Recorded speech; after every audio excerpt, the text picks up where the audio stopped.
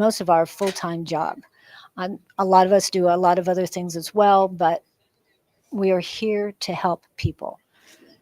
And as I was saying, I wanted to introduce Love Riot Warriors. Love Riot was a page I started on Facebook. It was an event page. And I started that page because there was so much anger and hatred and violence in the world.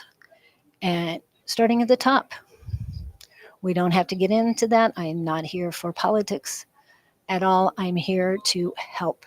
And with Love Riot, I wanted to make a place, an event that people could come together for one reason. That's unconditional love, not a love fest, not a Woodstock revisited or anything like that. But 5 years later, it it evolved into a community page. So Love Right is a community page to help people one person at a time love themselves so they can spread the light of love throughout the world. And that's my purpose, is to do that. And as Archangel Michael says, to fight for freedom and stand for love. So that came a year after I started this journey, that I found out what Archangel Michael had said. And I've taken that to heart as well, because I'm fighting for freedom of each person. Because everyone who has any negativity or any shadows or any bad feelings whatsoever, they've been through some trauma. And most of them have held on to this trauma, held on to these bad feelings, some for over 50 years. One of my friends has told me that she doesn't care for a parent, and that was because of what happened when they were younger. Well, that person has put themselves in a prison. And it's just sad to see that happen. So that's what I'm here to do, is to help you get yourself out of your prisons. And the first thing to do is to forgive yourself. And no, I'm not saying you did anything wrong. It's your reaction to these people. It's your reaction to the situation. It's your getting yourself into that situation in the first place, not getting yourself out of that situation. I mean, it is how you feel about yourself. And you need to have unconditional love for yourself. There's one affirmation I love, and that is, I radiate unconditional love to everyone, including myself. It is love that will heal this world. It is love that will heal you. But we can't spread the love until we love ourselves first. You can't do for others until you do for yourself first. Yes, God is the ultimate. I call him Almighty. So if you hear me say Almighty, that's what I'm talking about. And the Almighty is here and with us all the time. And I know a lot of people have questions about it, and that's great. But what this has brought to me, my spiritual journey, or my being a metaphysician, has brought to me an open mind and an open heart. And you can do this too. This is not that difficult. Yes, I practice every day. Yes, I learn new things every day. And a lot of people do talk about addictions and other mental issues they might have. But as far as addictions, yes, I have one addiction, and that is learning. I am addicted with learning new things every single day. And yes, I'll take that addiction over any other one. But if you're focused on improving yourself, you don't have time for anything else. Not only do I try and improve myself, but I'm here to help others. So I'm hoping you join us at loveriotwarriors.com, at Love Riot Warriors on YouTube, and Love Riot on Facebook, on, again, Tuesdays, Wednesdays, and Fridays. I'm on live. So I'm going to wrap this up, because one of my friends, family members, tribe member, will be speaking on her own modality. I give you Levita Kilgo.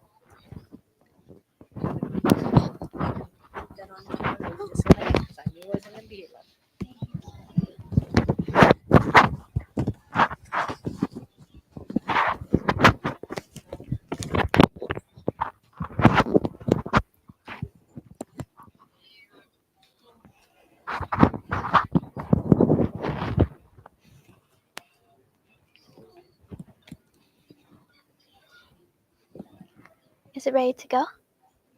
Oh, okay, perfect. Well, hello everyone. My name is Levita Kilgo, and I am a psychic medium and Reiki healer. However, today I'm not here to speak about Reiki. What I want to talk about today is something that I call color alignment therapy. So, what is color alignment therapy? This is a healing modality that I created myself before I even became a Reiki master. In fact, it was because of this skill that my friends encouraged me to take Reiki classes. This came about when I was 16 and I started to take in person psychic classes. I had asked to practice my healing on classmates who were willing to sit for me before class, and that's how it all began. I was just so fascinated seeing all of these like minded individuals and healers, and it really inspired me to take this path. So when I first started practicing, it began with a solid color, and I would visualize this color moving throughout the person's body. With time, I began to see multiple colors, and I recognized patterns with what they are most helpful with. I eventually developed my own way of directing the energy and a way to close the energy when the healing is done. So, what does a healing look like from my perspective? Before I start, I would like to mention that the energy is not mine. The energy is pure source. For those of you who don't know what I'm referring to when I say source, think of your higher power or the purest form of unconditional love. So I begin every healing by stating that I am healing, insert the individual's name, across space and time, throughout all lifetimes on a deep cellular level. And then next, I begin envisioning a spiral of energy coming down from the cosmos, and this energy is moving both clockwise and counterclockwise.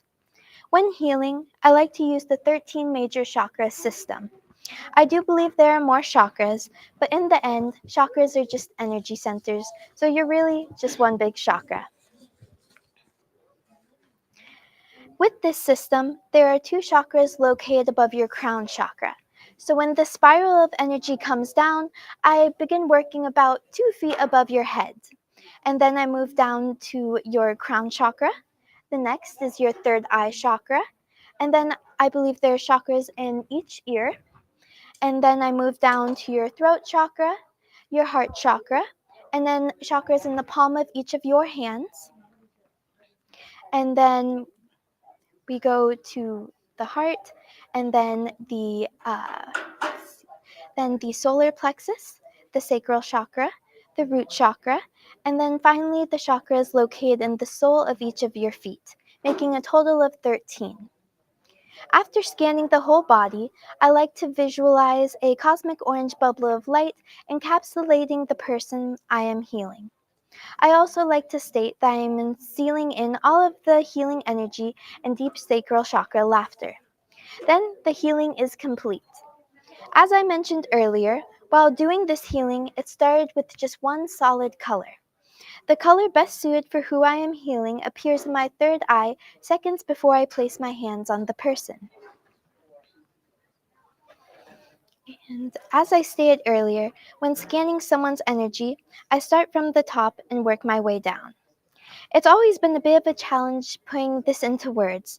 However, the way I'm alerted when there is an ailment or place that needs extra attention is almost like the feeling you would get if you were to tug a balloon that had helium in it. If you were to pull on the string, that resistance you feel is what I feel energetically. So I would like to take this time now and introduce you to the colors that I commonly see and how I discovered them. starting off with cosmic orange. Now, this color relates to happiness, laughter, self expression, and sacral chakra healing, and it gives energy. And I'm not surprised this was the first color I started using, given that orange is my favorite color.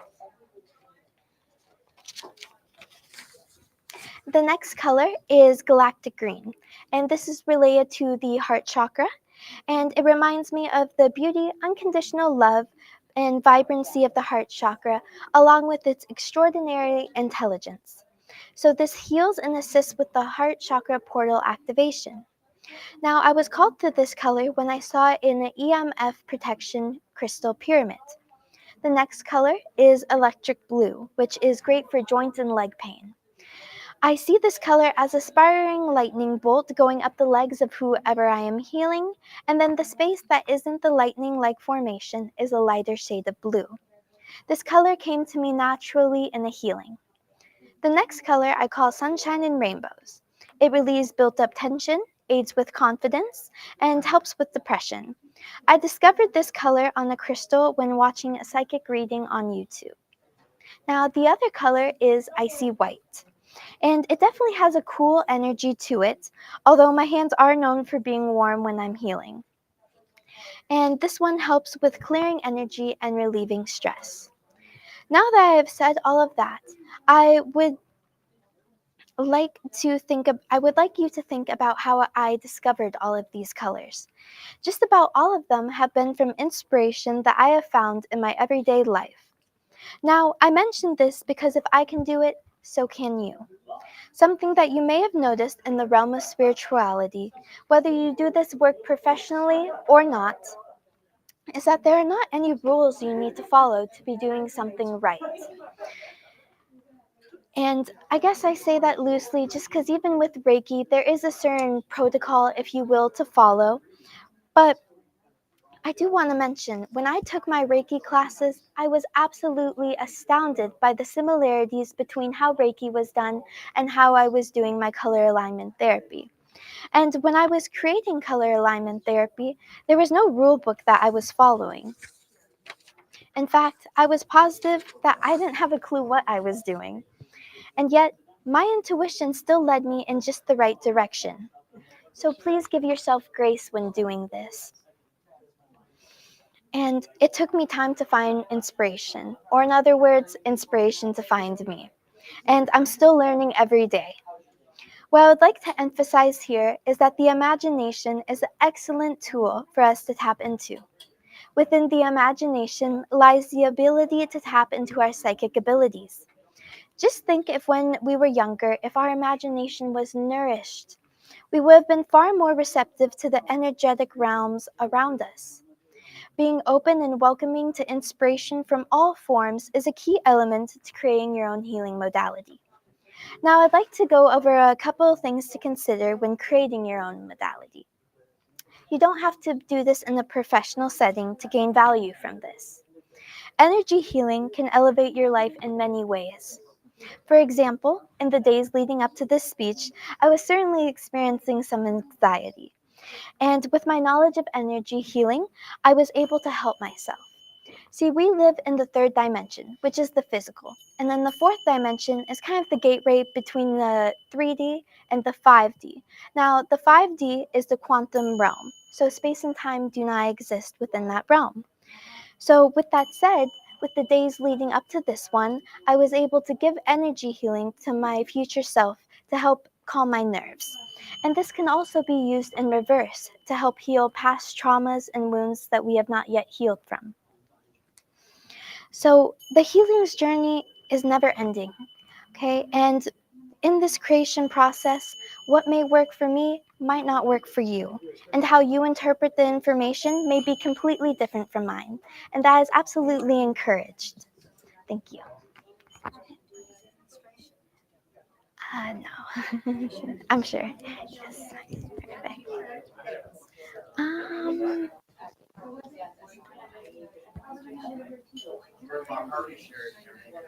sure. All right. Yeah, come on up. See, I'll get a seat for you. No, you're good. see.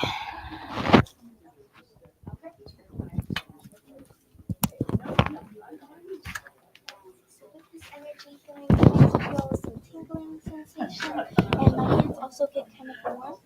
So I'm just gonna start off. And what's your name, first name first?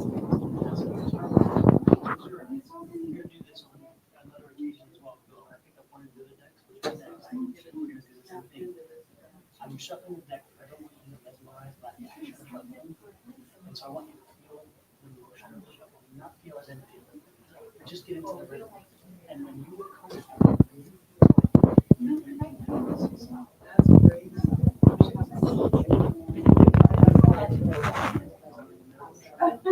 I will ask you. You tell me whichever one it is. Whichever one it is, it'll go on top of that. Okay, so again, once we start with me, be it these steps, in your control, total control. Okay, so at the point where you want to have some reflection, you want to focus, you need to be going to areas that are comfortable. Okay, whatever it is, sure you get it's your reason. Okay, so in that sense, it's going to start with your eyes, and then when you are ready,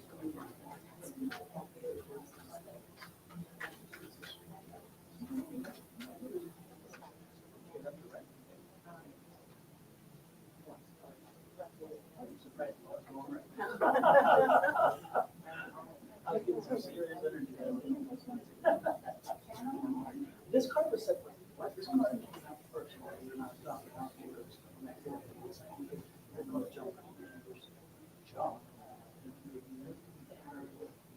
So even though it is a strong energy, so we're looking at the energy is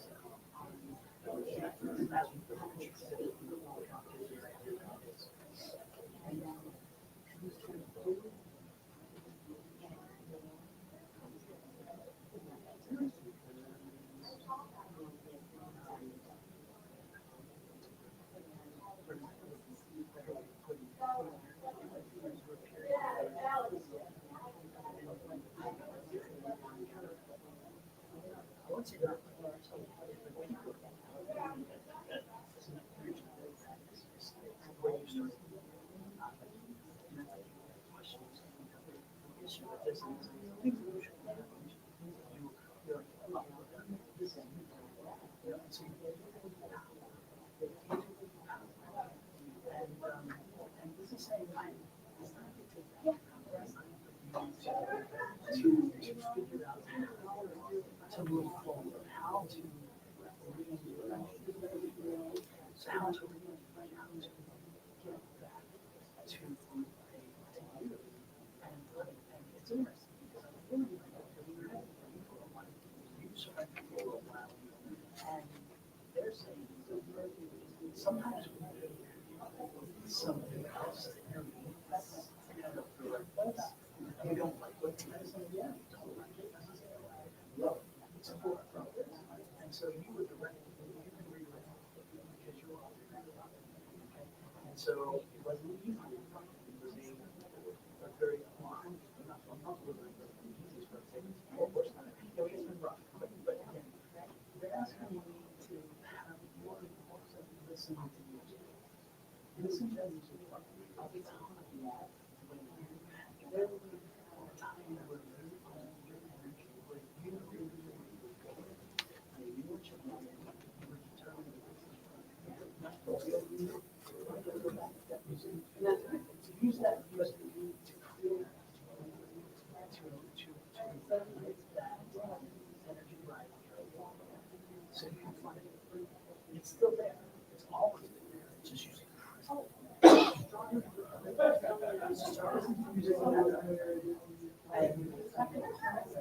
that right? Right. Well, that's what it is. So spirit is like they're confirming you're doing the right thing. Because again, music is remember, and you're like, oh, I remember this, and you remember okay, also, is this somebody else coming into your life? Somebody And so it's getting you ready to those and you're not one of them.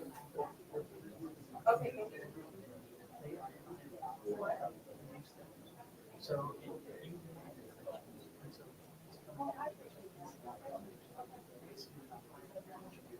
now the study card came out. The study card in reference to all this is again how focus. This is going to take focus and it's not going to be the meanings of kind of what we're reading about that, right? Because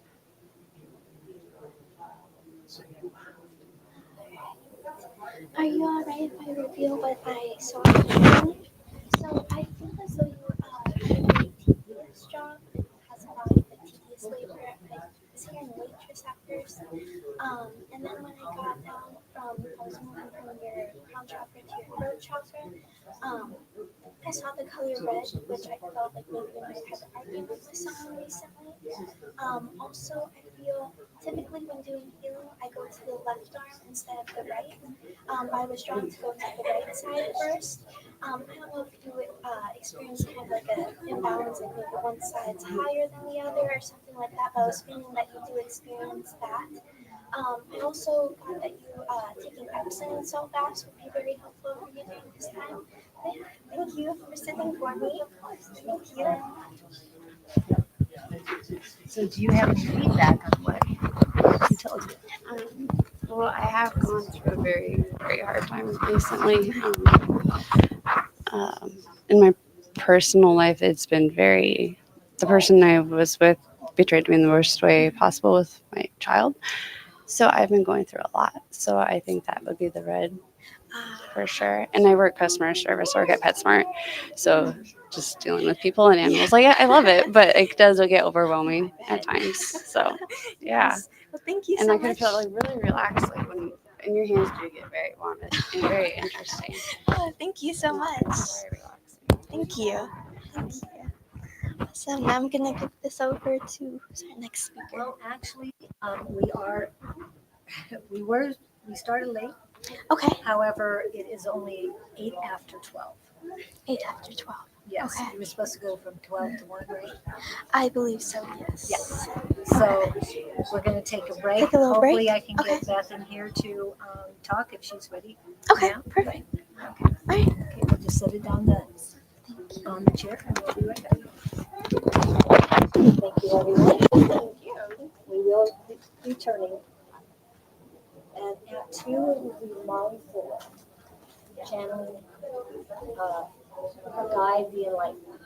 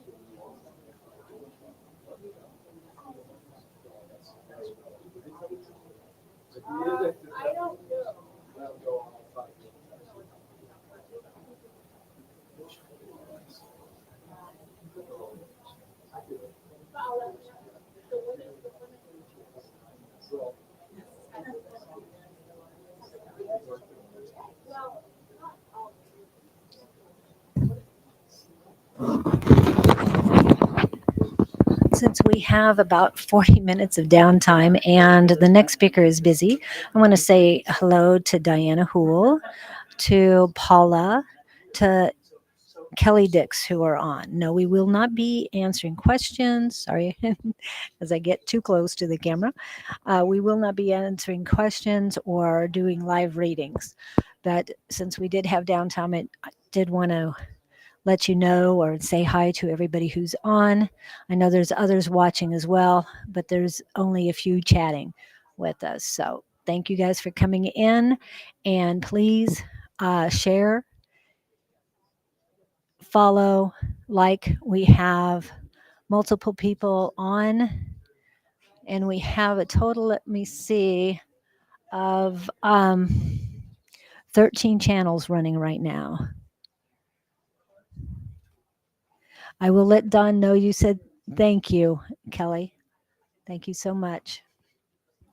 As you could probably hear him in the background, he is doing a reading, but not on the chats, live at the Psychic Fair here. So thank you guys all for watching, and give us a few minutes. We will be back. If I can figure out his commercials, I will run them. Thank you.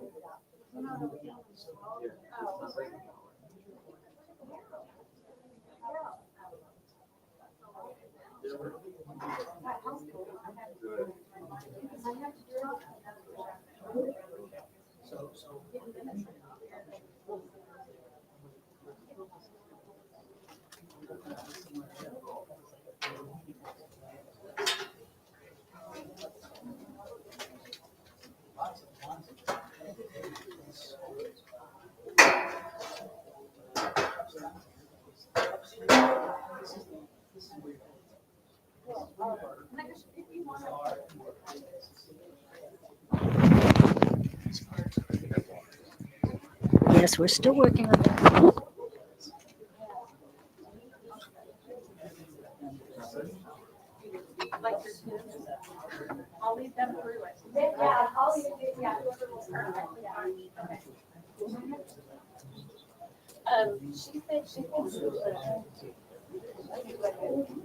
I'll do a guided self-care relaxation. How long do you want? It's up to you guys.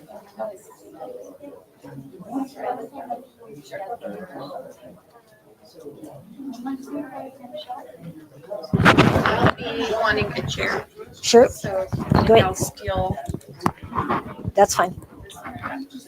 Yeah, or on, because I'm going to bring some more in. So grab wherever you want.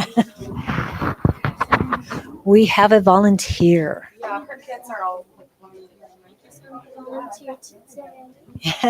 So have a seat, and wherever the camera will pick up that there's an audience learning the technique, that's where they'll sit. Okay. And I'll be sitting here. Okay.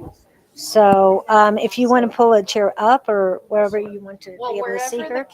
wherever the camera pulls up that I'm like instructing and she's learning or they're learning, where would that be? We need a chair up. And then would I be facing toward her? Yes. Okay. However you want. Definitely stay in the light because it was too dark.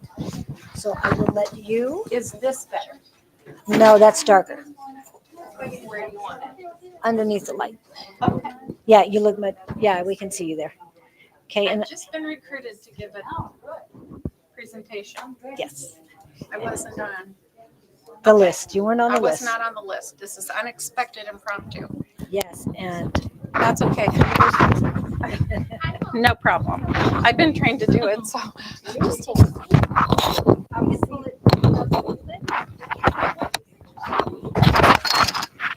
Would you like to participate? I'm going to teach a self-care technique.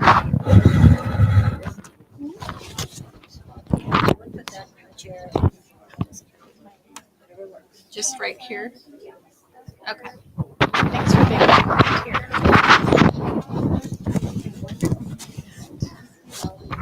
Just let me know when you want me to begin. Unexpected presenter. Is this good?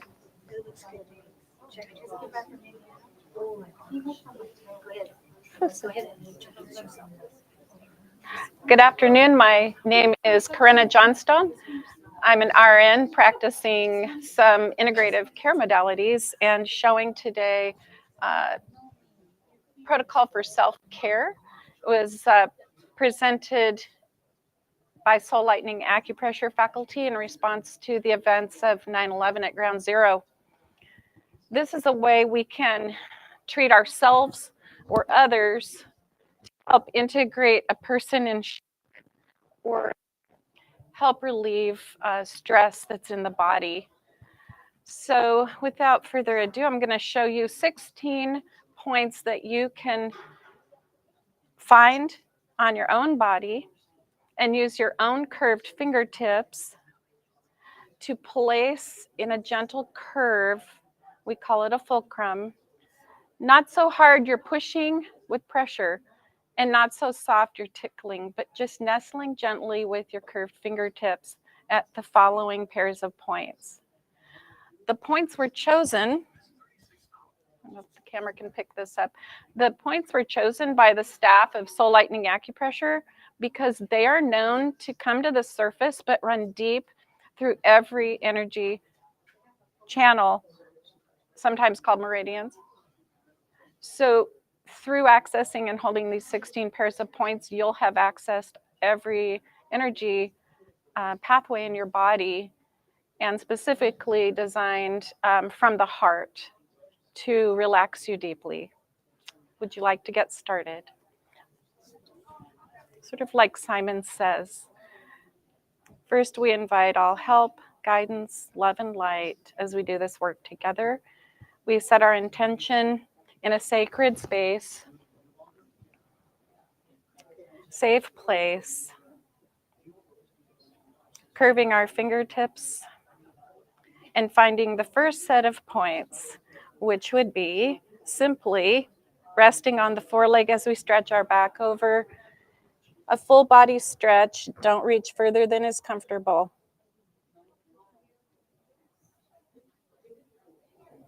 Take 3 breaths at each place. And as best you can, find the curve in your fingertips and hug your own rib cage at your back. find that free space just outside your spine. I'll stand and turn around to demonstrate. Finding my spine, I'm going to bring my curve to the tall place of that back strap muscle. Not pushing, just gently nestling till 3 breaths.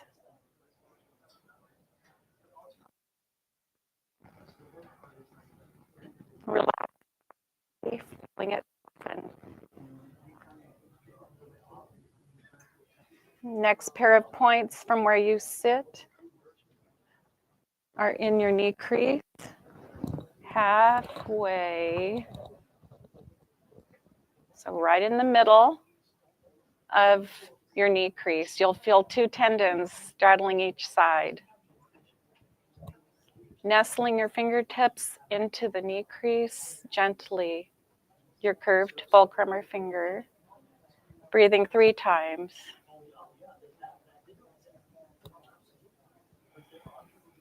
This is draining energy down and out your back.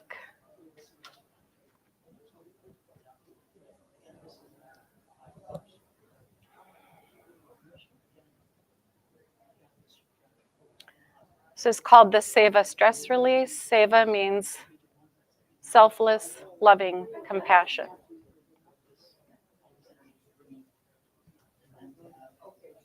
The next set of points, releasing our hands, find your curve again, and this time crisscross and land right on the top of your shoulders in the belly of this trapezius muscle.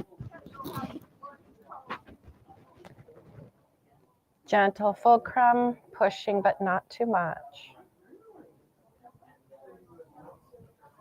We carry our stress here.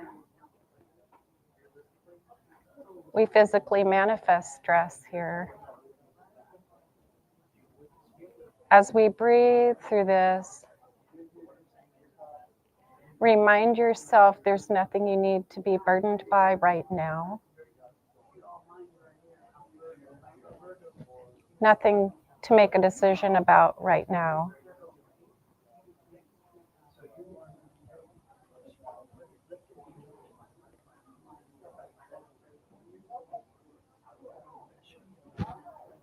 And when you're ready, stay up top, but squeeze very gently down your own upper arms till you find the bony prominence at each elbow.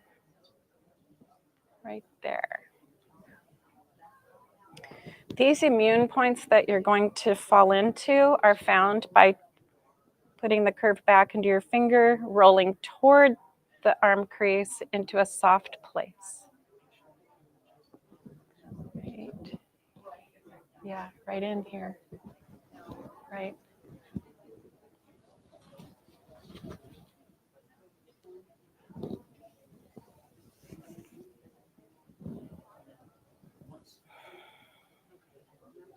Finding your curve, nestling there.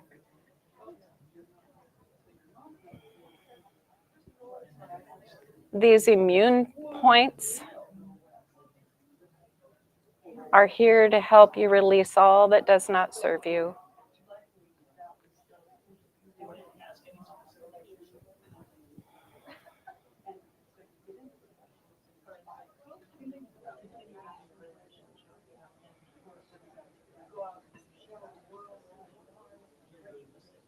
And gently squeezing the rest of the way down to each wrist. Hold one wrist underneath, cradling it. You're crossing some very important calming yin points here, supporting nervous system relaxation, calming. And with thumb and maybe forefinger, start squeezing down each digit. We'll end at the base of the fingernail, squeezing gently and pausing here. At these entry and exit points of each digit, we ask, May all that does not serve be released, and you'll feel it tingling everywhere. Let's go to the forefinger or the index finger, squeezing. There are also entry points here. We ask that all energy we need be gathered in. Feel that pulsing. Tall finger, squeezing. And you can pause at any of them where you think something's happening and breathe as many times as you want to into this. This could take half an hour. You could do it in the car if you have 5 minutes.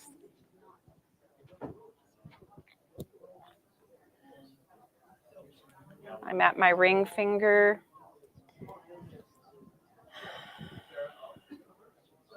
May all that does not serve me be released. May all I need gather in. And when you're ready, do your other hand.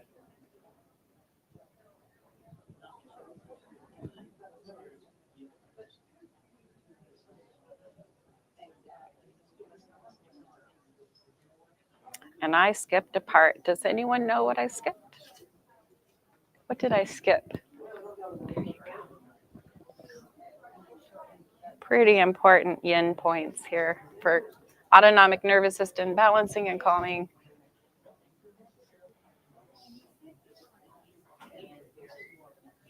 It's pretty strong, isn't it? A strong sensation.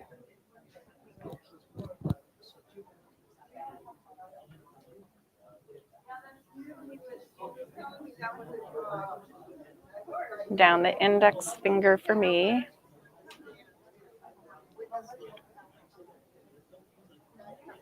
Down the tall finger, resting with tiniest squeeze on each side of the nail bed where it begins.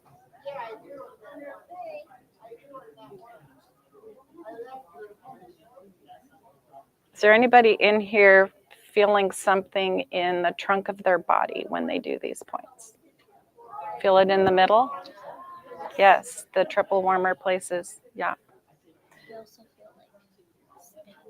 You feel some turning around, and some people would even describe this as elliptical or helical feelings if you're tuned with that. Yeah, that makes sense. I'm just squeezing each hand like for some release. From here, we take our hand and make a little gentle curve. I usually use the tall finger, and I'm going to actually place this one in this thumb on one side in my own armpit and fold down on it if you can, right in the middle of it, even if it's sweaty, but at least you're doing your own. With this hand, hold the outside of your, fall down from your hand and fall right onto your wrist, pinky side of your wrist. And it might be awkward. This is the top and the bottom of the heart channel. May your heart see wisely.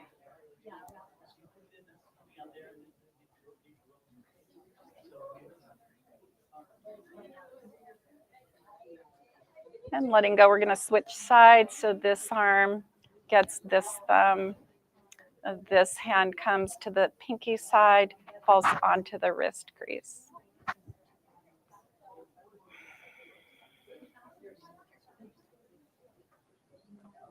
May your heart guide you in all ways.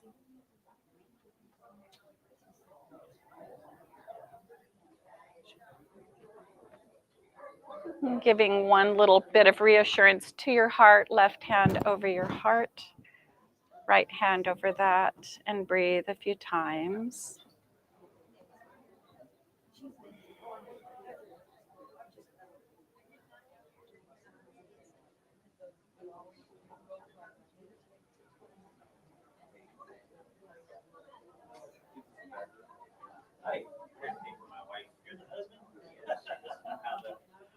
Taking your hands and holding the front of your rib cage this time. Fingers come right in between and curve with a gentle fulcrum.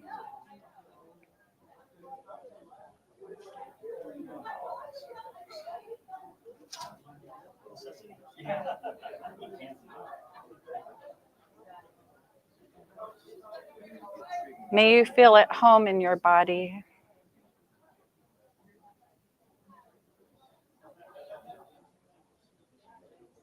Aligned with your inner vision.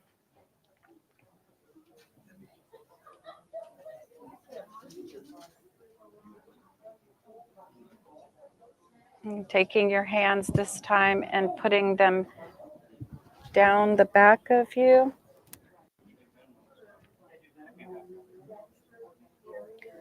Make your curved fulcrum and pull up the sides of your own head.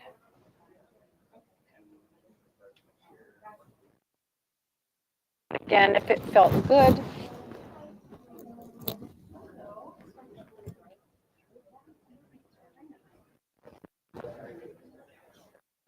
On your bow, stroke from the center out.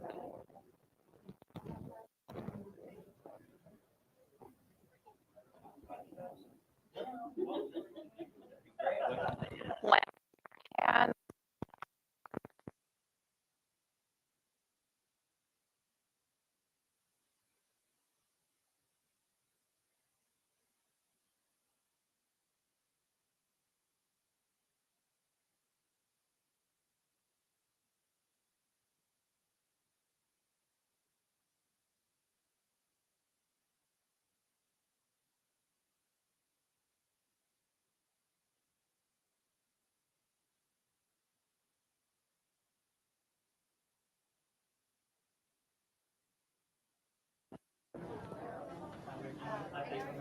Across the inside to outside.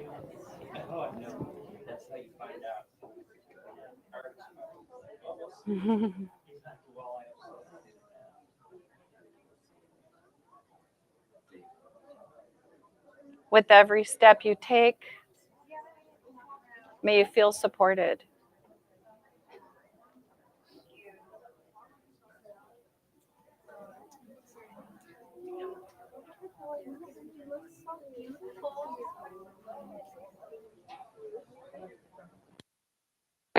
Curved hands, take that middle tall finger and find the crease of your knee right in the middle of it between the two tendons. We're going to be here again. Nestling, not pushing too hard, feeling the energy drain out your back.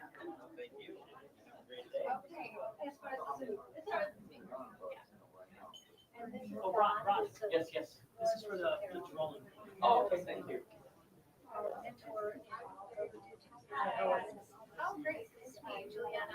This time we're going to take one hand, pointing downward, the tall finger ending near your tailbone. Give it a reassuring pressure. The other hand at the back of your head, right where it begins to curve, governing vessel 20.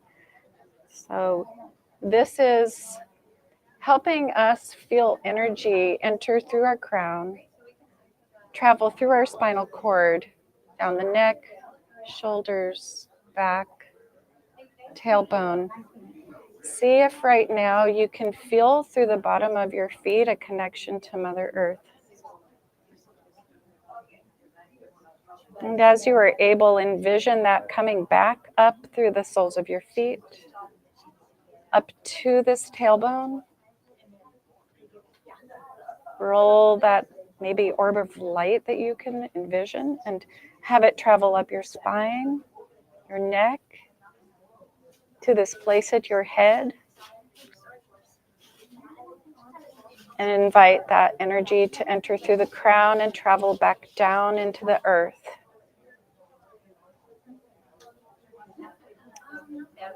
Envisioning the sky, envisioning Mother Earth. You are a bridge between heaven and earth.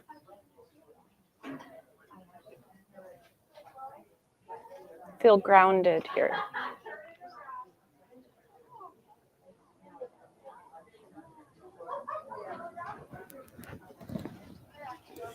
And one last final stretch, like the one that began this stress release protocols called the SEVA stress release protocol. A forward fold to your comfort place.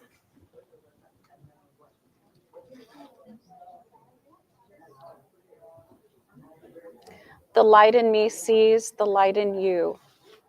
Go in peace. Namaste.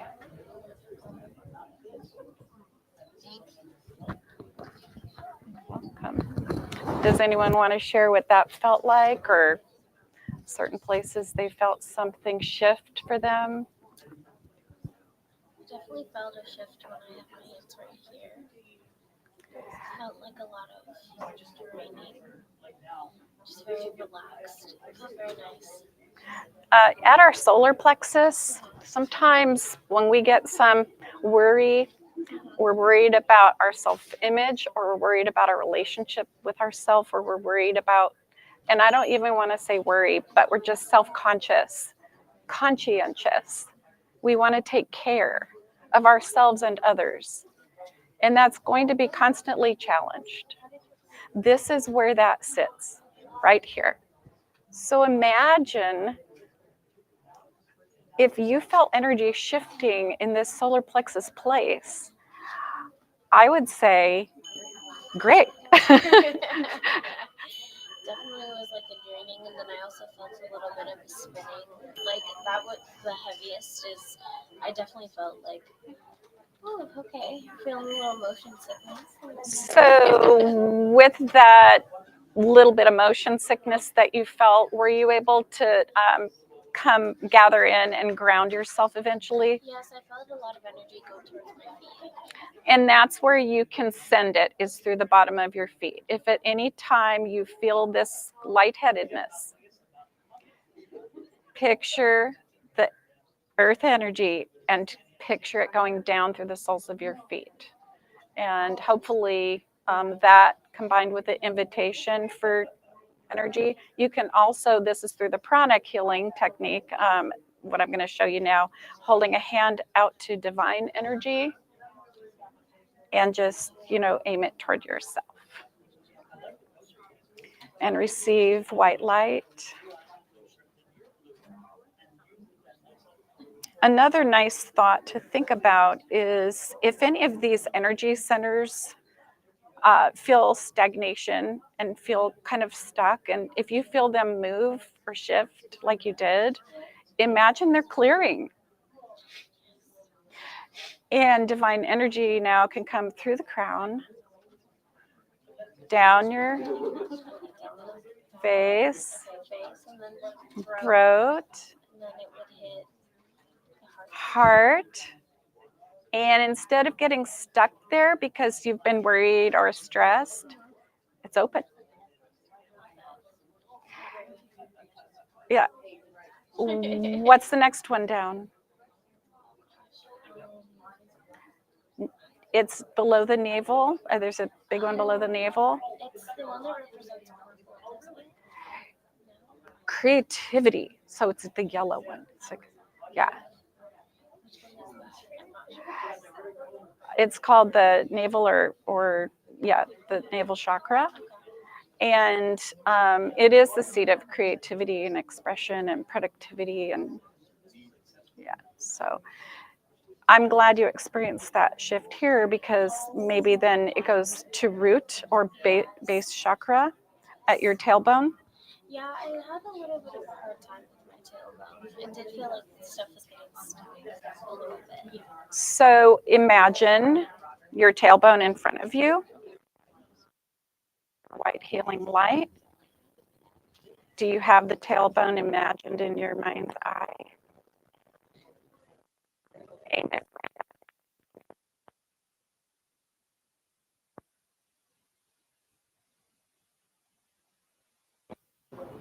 And what color did you associate with that tailbone chakra? Red. Red orange, right. Right. So you can imagine the color red orange coming out the palm of your hand and just nourish that place.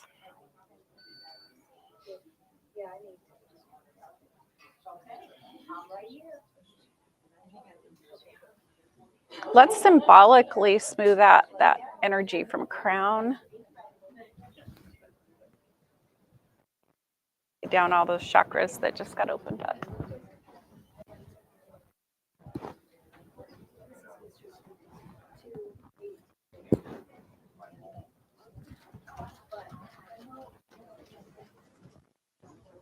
And maybe even outside yourself.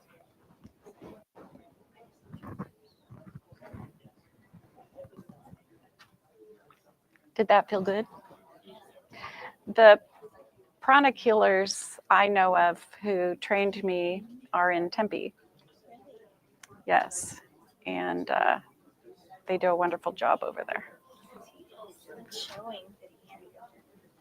Well, if you feel better, that's great.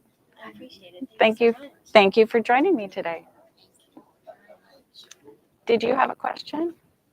I was just going to say, I didn't have a lot of pain except for tingling in my feet and a little bit in my arms, a little bit in my hands, tingling.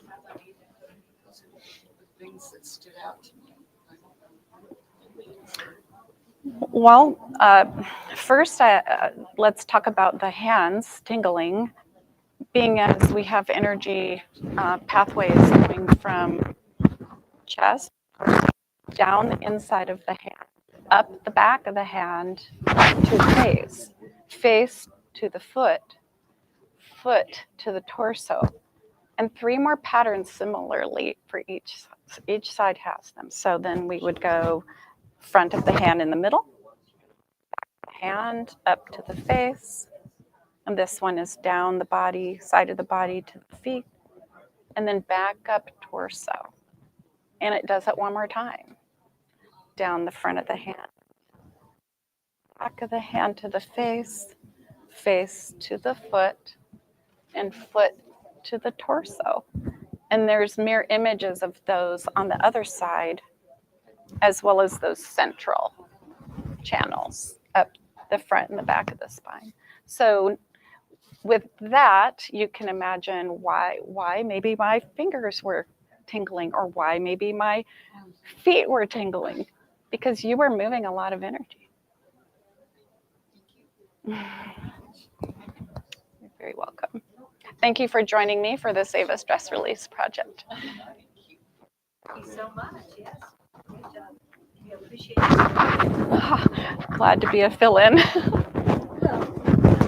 I wasn't expecting that, but might as well do real work. Everything. Oh, thank you. I'm glad that you enjoyed that.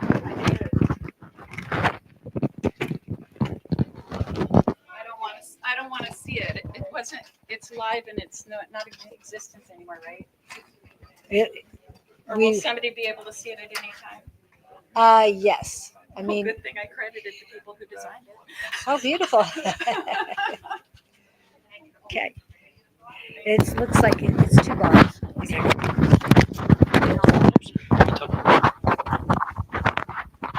Hey everybody, this is Don back here at the Awakening Psychic Fair on between 51st and 52nd and Thunderbird. Come on down. We're here all day. We have another speaker coming up, Molly Mercado Fuller will be speaking on angels, channeling angels, talking to your angels. So if you're interested, you can watch there in your home, or you can come on down and watch it live. Additionally, we have healers, we have readers, and we have everybody in between. So if you're looking at getting something done, or just shop the shop and see what they have available. Additionally, remember this, is that there is no entry fee for the psychic fair. Most psychic fairs have an entrance fee. We do not. This is an anniversary special here at Awakenings. It's our first anniversary. So this is a freebie. Come on in. The services are not free. The entry is okay. Additionally, don't forget my book on awakenings, awakenings. My book on affirmations is coming out soon, so keep an eye out for it. The affirmation book is based on you. Again, reprogramming your mind, retraining your mind, using that neuroplasticity that is your mind, and making sure that you tweak it, train it, and make it uh, think more positively. Make sure that you tell the universe what you want, and when you do, the universe will react as you request. Additionally, we have a drawing here. So if you get a reading, if you get any services or anything you get here, if you buy something here today, you'll be given a ticket to an entry for a drawing. And so we're going to have drawings throughout the day as well. They'll draw for your number. So again, free drawings, free stuff, as well as good stuff and free entry. And again, Molly will be with us in about 10 minutes, and she will be speaking in reference to angels, channeling your angels. With that said, I'm going to let you go. Give it a little bit of rest. Go get some coffee. Go get something to drink. Go get something to eat. But come on back in 10 minutes. All right?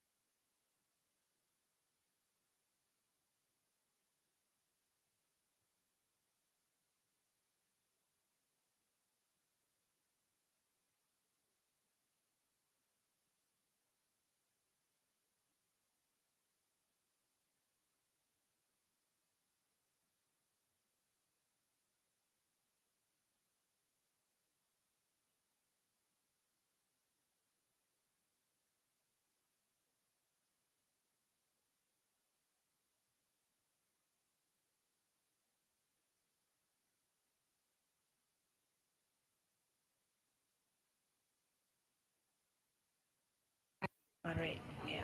Okay. Got it. Let's charge. Okay, so what was it down there? I'll let you talk. We're getting ready to go here. We're on. Either that or flip it to the back of her case or her. Okay.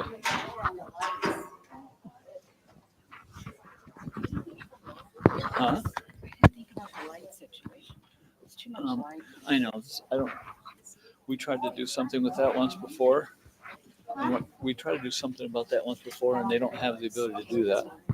So, if you could put this someplace, I just need to have the microphone a little bit, but you're going to need it the whole time, and you're going to need to hit this on to get started.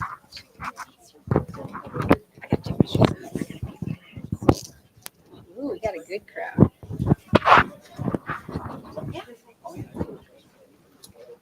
Where do you want to put that? It's going to be kind of heavy. Yeah, it's going to knock everything. How about on the back? Stupid. And you can put this on the other side after I get done. Put it on the back. Daryl's like, Daryl's watching me like a freaking hog. You going to do that for me? Yeah. So you talk and then I pin this on me. Okay. Okay, let me have that. This is my helper. Yeah.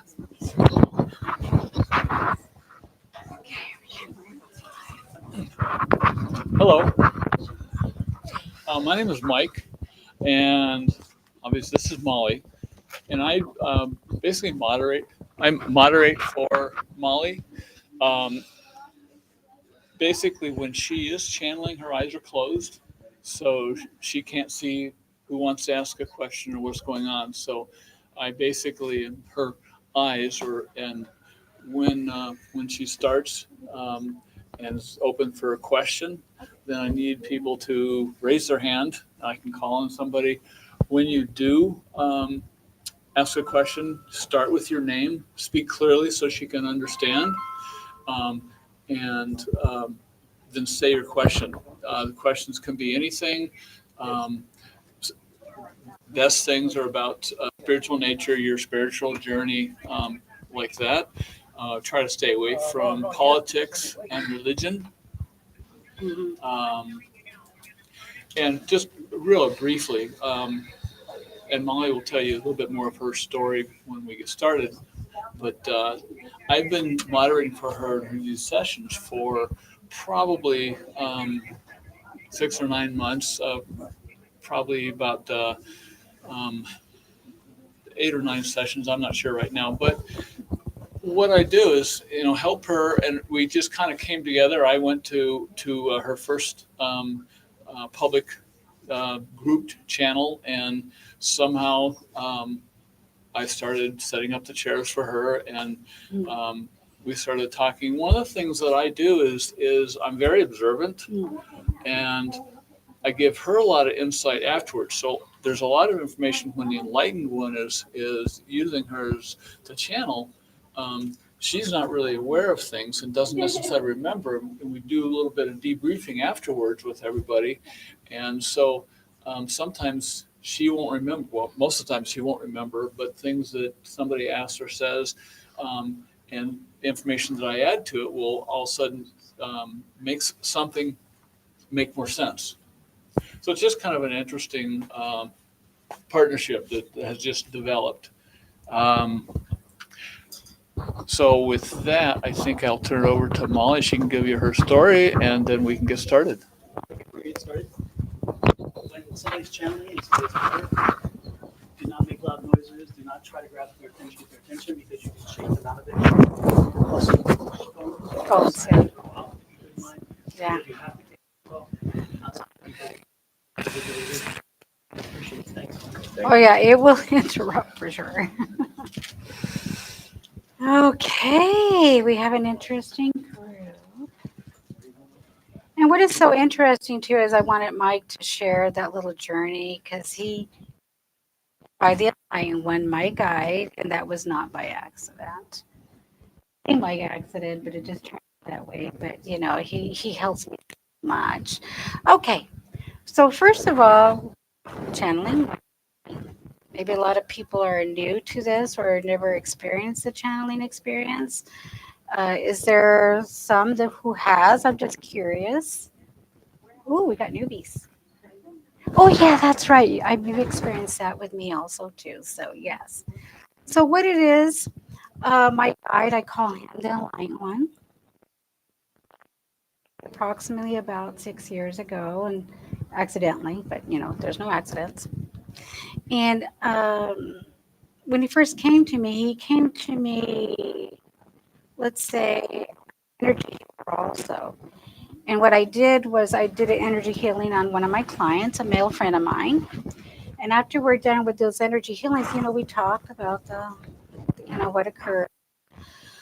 But on one particular day, I actually felt someone come and stand next to me. I mean, a very strong presence. And I told my friend, I says, there's somebody standing right there. I have no idea who it is or what, And he goes, well, why don't you ask? Well, yeah. So I mentally kind of did like, okay, who's here? And he talked for about an hour. He's been in my dream states prior to this, so it was no accident. He was, and I know this is true because these incidents happening.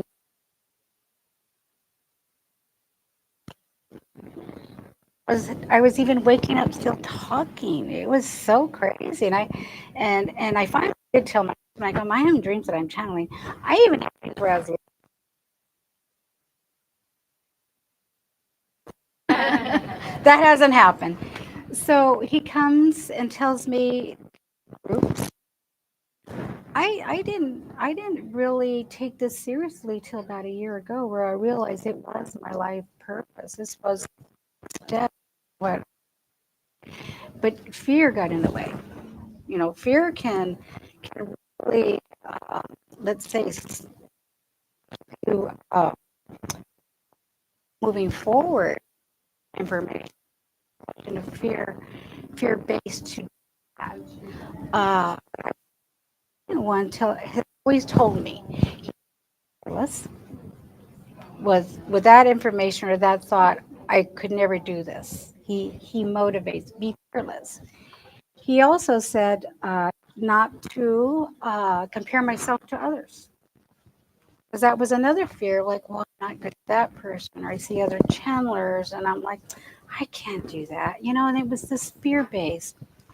And then he also said that I would pass any task given to me, and hopefully, I think I've done that, Mike, to some degree. And he knows, we've had great success with the information that he gives.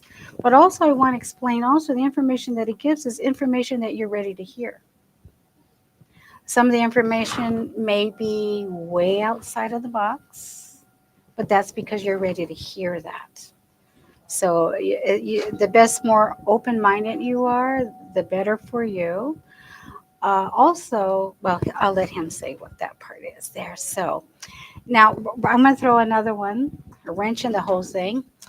When I've seen him physically, he's actually came to me and stood right next to me in the physical.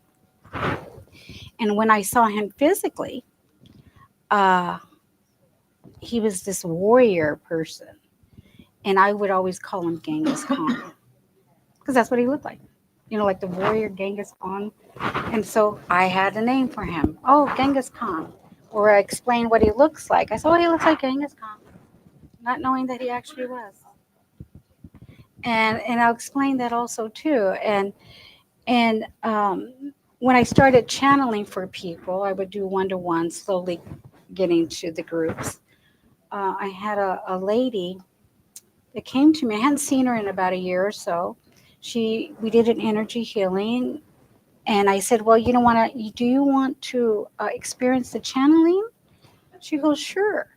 So when she came, I hadn't seen her about over a year or so, and she explained to me, she said, I was at Costco yesterday and I wanted to buy you a book. And now I wish I would have bought you that book. And I'm like, oh, I'm curious. What was the book? She goes, oh, it was a book on Genghis Khan. Wow. And I never explained to her what he looked like. That was like my nickname. Oh, you look like Genghis Khan. But I've had a few. If anybody's familiar with the Dolores Cannon method, the QHHT hypnotherapy, is anybody familiar with that? Okay, great, because we have two practitioners here in the group. We have Amy here, and we have Laurel. And I've actually had both sessions with individually with these ladies. And one of my questions was, is he Genghis Khan? The answer was always yes. So I feel very comfortable in explaining. So it turns out in my sessions, and I've actually had 3 sessions with another lady, and she confirmed it also. Actually, he spoke through one of my sessions, so this is very interesting. So that was confirmed, because that's a big statement to make. You know that, right? So now I say it more freely and with confidence, so people don't think I'm nuts or crazy.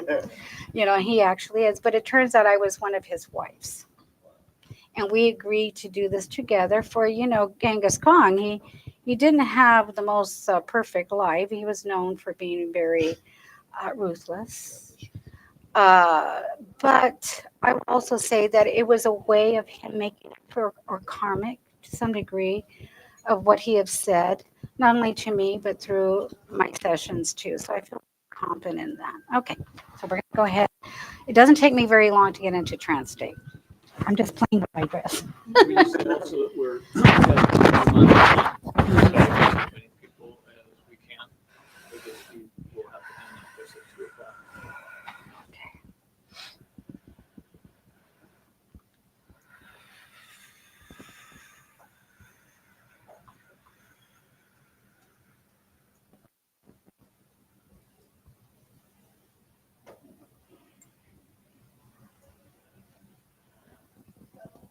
Greetings, greetings, greetings. I'm so excited to be in your presence today for each one of you beautiful souls that decided to come to my presence today. Do know that you were invited by me personally.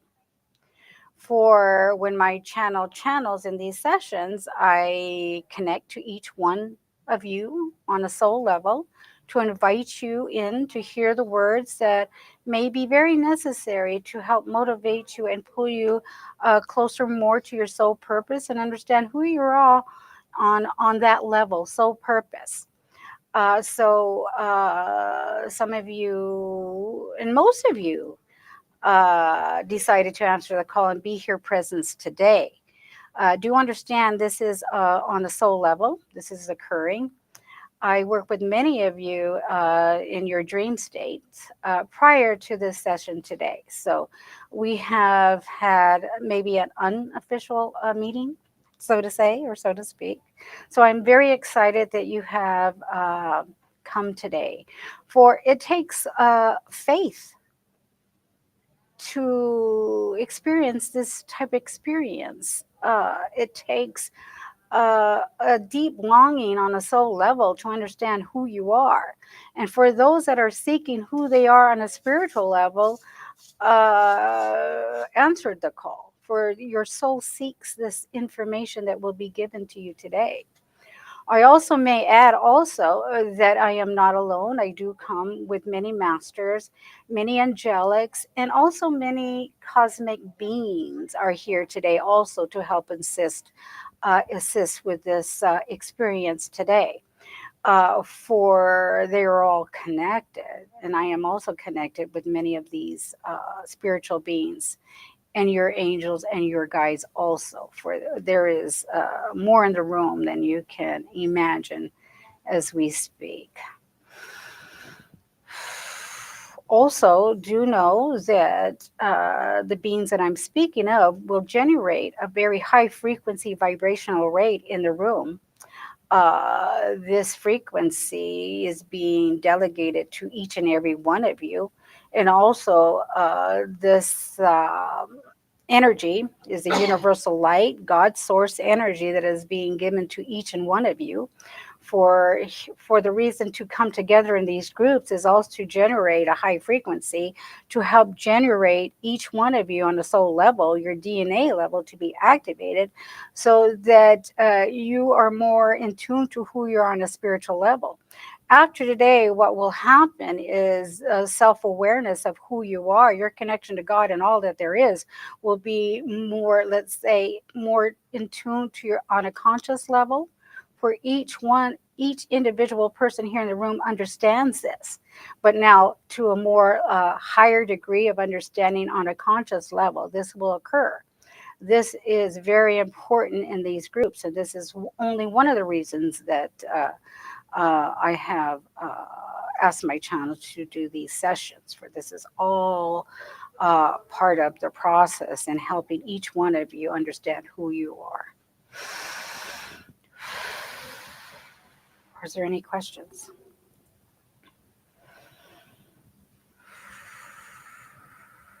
Speak, for now is the time. Questions? Okay. What is my name is Tina.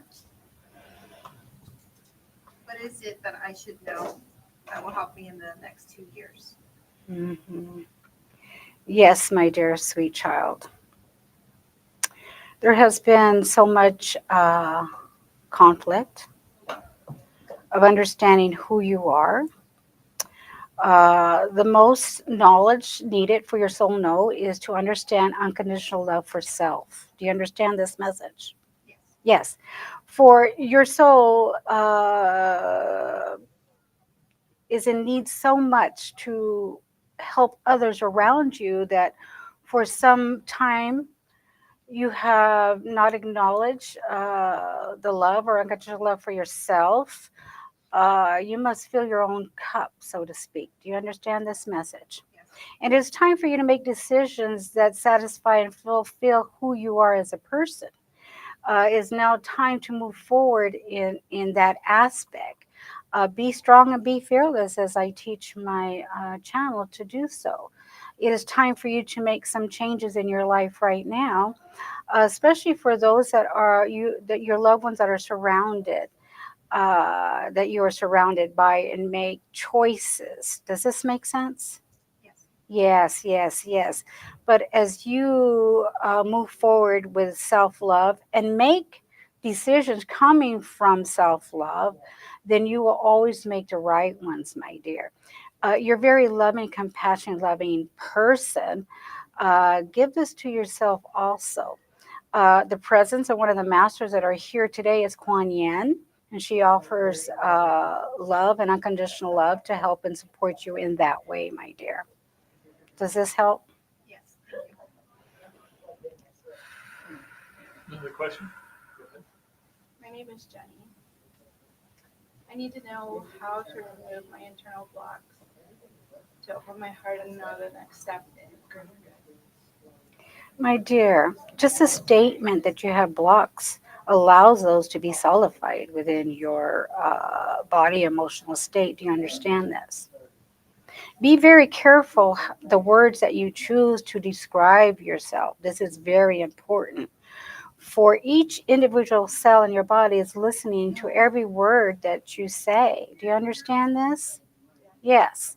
So, my dear, these blocks that you speak of, you had the power to create them. You also have the power to uncreate what you do not desire for yourself. Do you understand this? Yes. You are more powerful than you allow yourself to be or understand who you are. Do understand that the internal spark of God dwells within. God is not outside of yourself. So while you are here in the physical form, you are co-creating with the God essence from within. Do you understand this? Yes. For this is a powerful statement, but it is best to understand what I speak of and use this knowledge to help you in this physical form. You can uncreate what you have created. You can make higher choices for yourself, my dear. And that is your next step, to make higher choices for yourself. For you always feel that there are no choices. Do you understand? That you feel sometimes that you are put up against a wall and that life is just happening to you. But do understand you are creating the life that you have chosen. Create what you want to create for yourself. Dissolve those myths of let's say, having obstacles or creating these blocks that you have created for yourself. Think differently, think higher, choose from your higher self, communicate with your higher self, do meditation, connect from within, for this is the greatest thing that you can do for yourself, my dear. Does this help?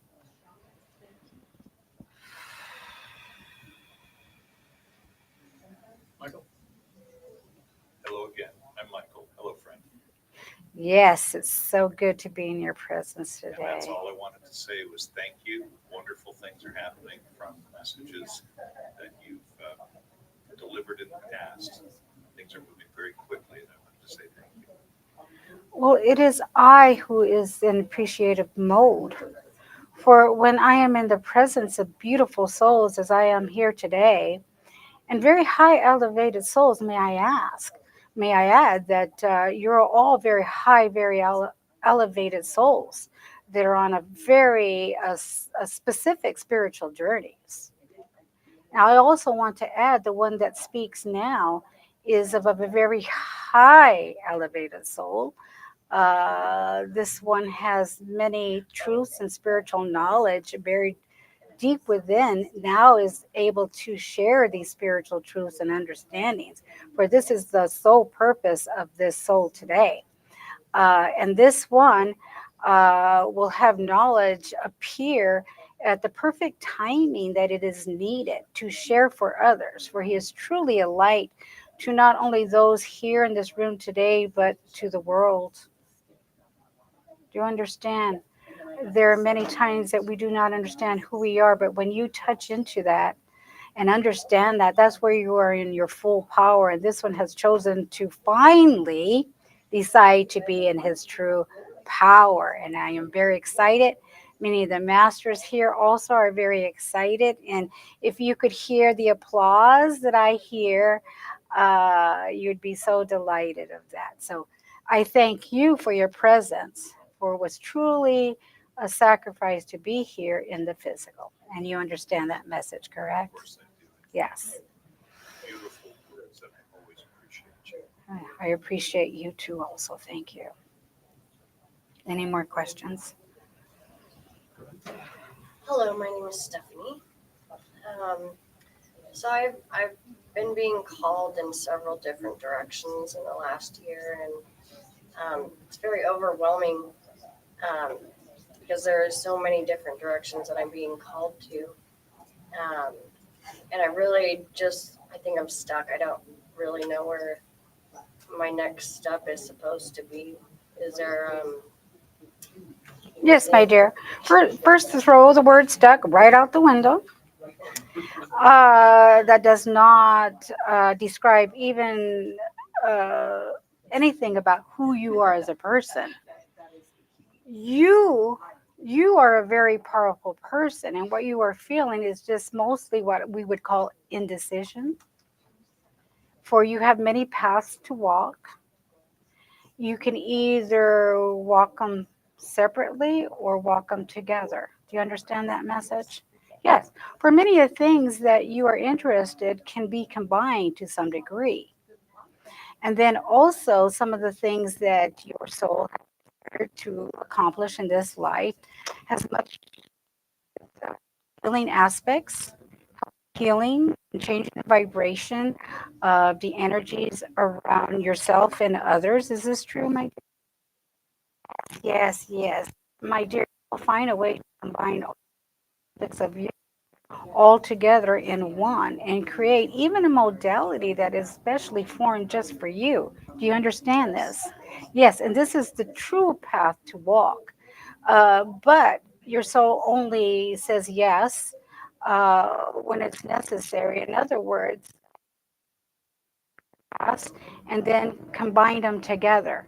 And you will see that many souls will be guided to experience.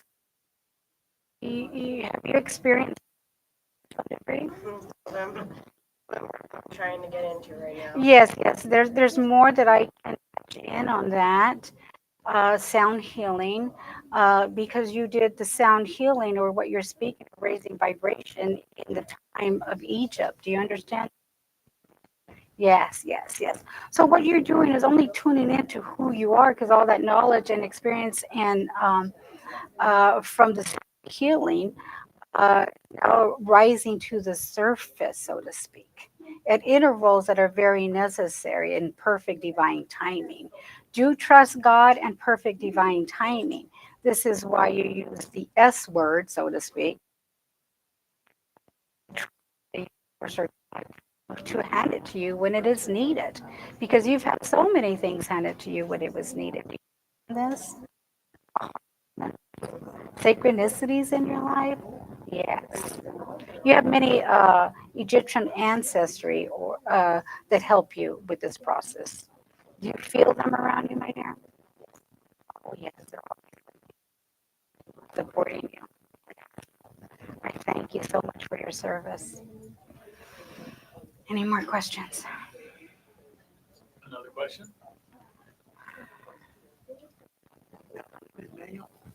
I work for, I don't know, you see me open. Or sorry, please speak louder. I work in, open my third eye. You see me, I able to do that? It is already open. There is nothing you need to do at this very moment to open your third eye. Out of psychic abilities and natural psychic abilities, you are the barrier of all of them. You are very psychic and very intuitive. The only thing that needs to occur at this moment is for you to finally tune in into these abilities that you have and pull in and more control. For you have allowed other outside forces to control your abilities. Do you understand this?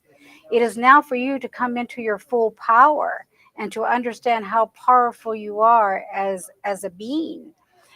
These abilities have been with you since childhood.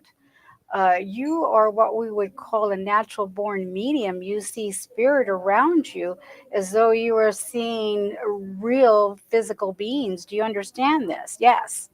But now it is time for you to tune into who you are. You are the master of your own reality. Those beings that come around you, you must state this to the degree and firm, and let them know that you are the boss. They have no control over you, my dear son. And this is the lesson that you are learning as we speak. Does this help?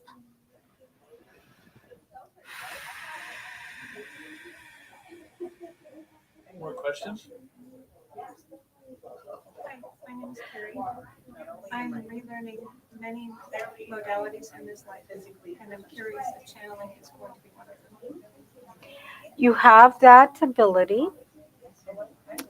You must release fear, as my channel has described, was one of her biggest setbacks was fear, allowing fear to get into be an obstacle in your path, and also fears about insecurities that you may hold for yourself. Is this true? It's your insecurities that are holding you back, so to speak. Release all fears, my dear, for you already channel and you're quite aware of this, correct? Yes, you have the ability to channel voice. You have the ability to channel in writing. Is this true, my dear? You have the ability even to channel in an artistic form. Has that thought entered your mind, or are you doing this now? Yes, yes, yes, yes, yes. You're quite talented. Uh, just release the fears. There are many souls that will come to you for your abilities and your knowledge. You have the ability to even channel the angelic realms. Are you aware of this, my dear? Yes, yes, yes, yes. The angelic realm loves you dearly and are just waiting for you to say yes. Fierce, yes. Do you understand? Yes, yes, yes. You are on a beautiful path of not only helping others, but healing yourself also. Do you understand this message? And this is why your soul chose this. It's a way to heal your soul also. You're welcome.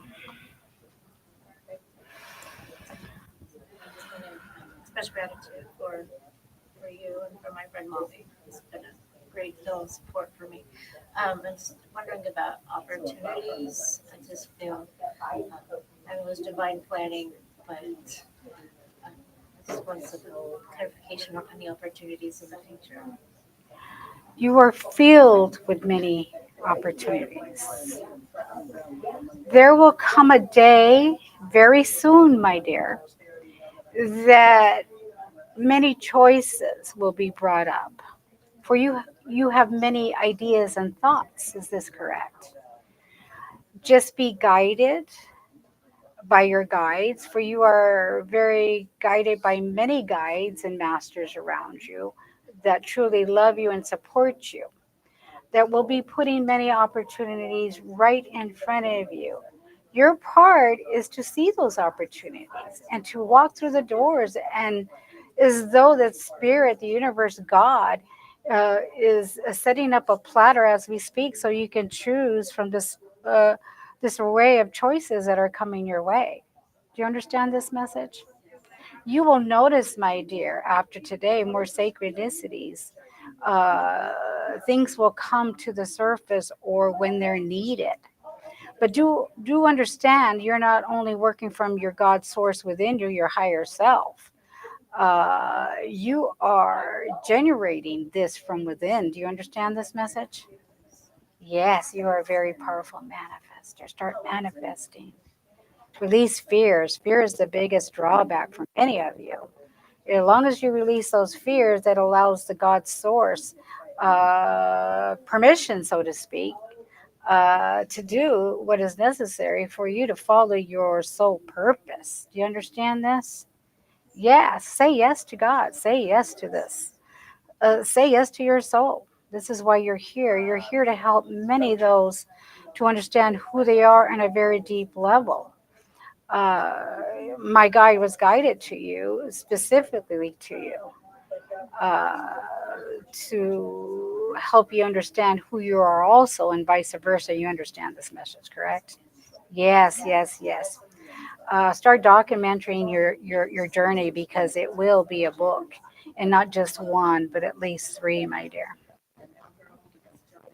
Does this help? Yes. More questions? And speak up, because we're having Yes, to I'm here. repeat. My name is Gloria. I want to know about my future with music, singing, and writing. My dear, this is so instilled in your soul, and you understand this, correct? Yes. This is who you are. This is what makes your heart sing with joy and happiness. You will succeed in many of the ventures that you have been preparing yourself for. Do you understand this? Yes. Yes, yes, yes.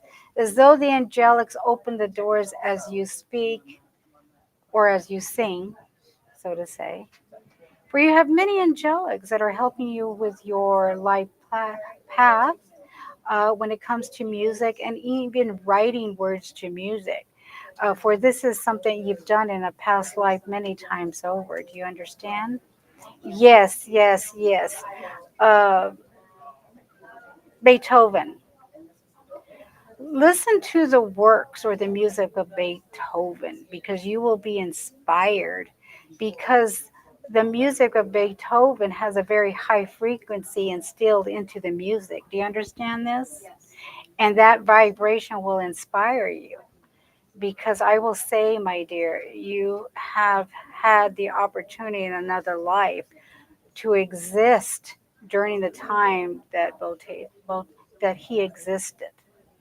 So you're more in tune than most others to his works, because what it will do will reawaken that knowledge from a past life to come up more to the surface.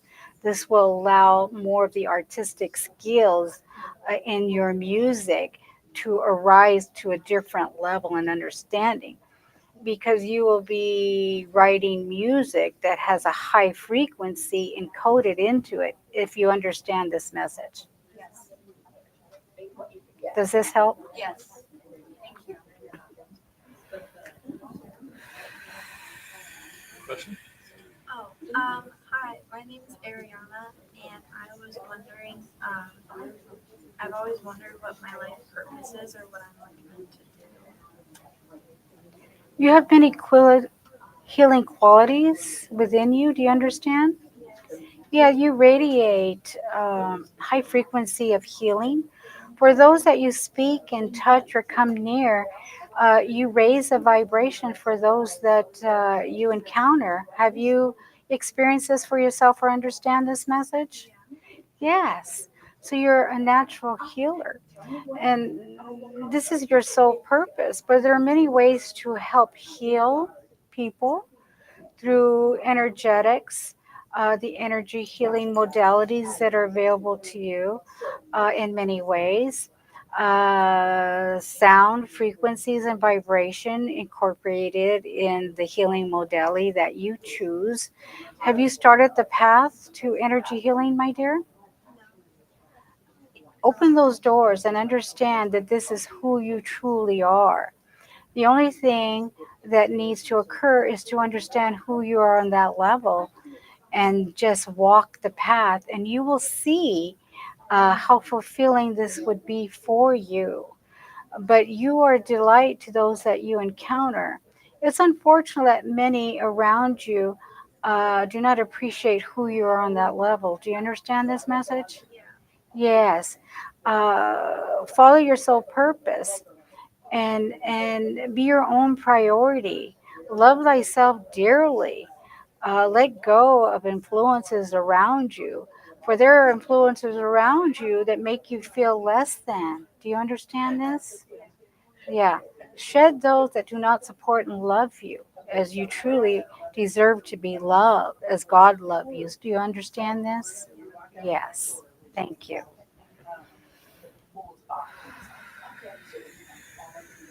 More questions? We've got another question. My name is Juliana, and any message that comes through is wonderful.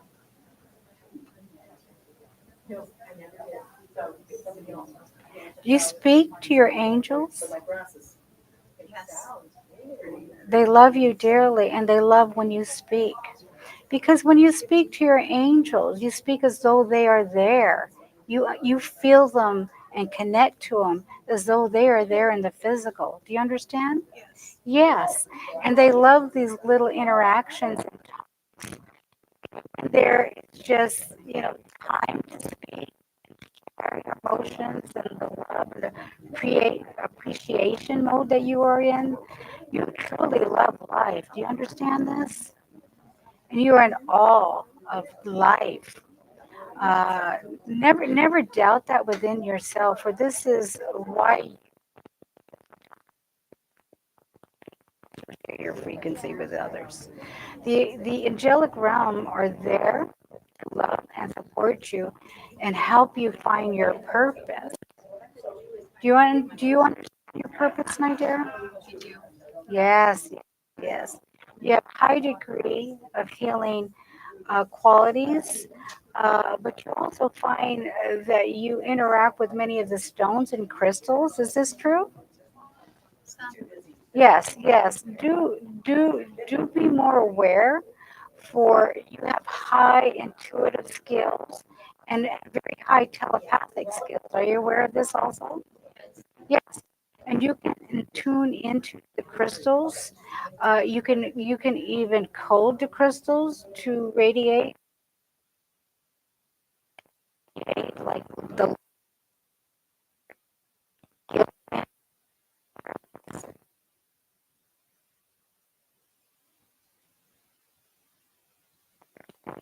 but you are truly very highly telepathic to communicate with God.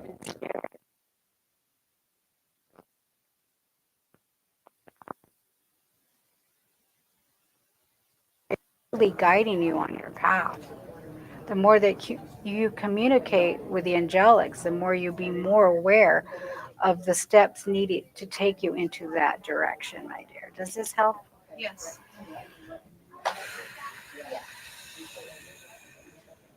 Yes, ma'am. My name is Gina, and I would just like to know if there's any message for me.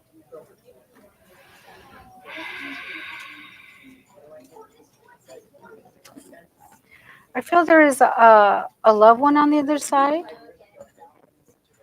Feels female that wants to say hello, that wants to say hi. Do you understand this message? Yes. And that this beautiful soul is around you always, and there are times that you question that. Is this so? Yeah, not to question the evidence and the feelings that you get when this one is near. For you also feel it in your body energetic when this person is around you spiritually. Do you understand? Yes, yes, yes. And there may be times that you will feel the smell of either a floral scent or powdery scent when this one is near you. Have you experienced this yet?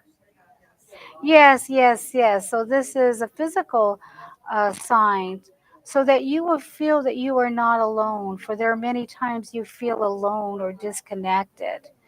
Do you understand this love with you always in the spirit?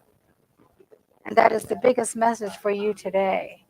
For there was much more healing needed within the heart from grief. Do you understand? Yes, and this is why you were brought here today to hear this message. Thank you. More questions? Gotta have questions. My name is Daniel. I hear a lot of names and people. Is it spiritual? People alive? You are very in tune to the spirit realm. Uh, yes, you hear many voices. You see many spirits around you. What is going on and taking place is that you have a very thin veil, so to speak, to use that analogy. And this is why you're very in tune to, let's say, other dimensional spirits, because there are that you're on a spiritual level are intermingling with the other dimensions. And this is why you hear these sounds. My dear son, I would advise you to tap into your own power and do not allow these to interfere or come into contact with your own energetic field. This is where you need to command that these souls or spirits of those that are interacting with you must leave your energetic aura field, for you have allowed them to some extent to exist. Now is the time to not allow them to exist. You must choose this and demand them to leave your space. Do you understand this? Yes.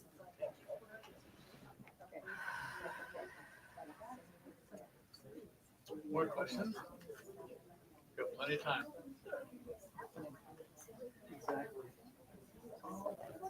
Feel free, for this is the time. For you were called here not by accident. Use this time wisely, my dear ones.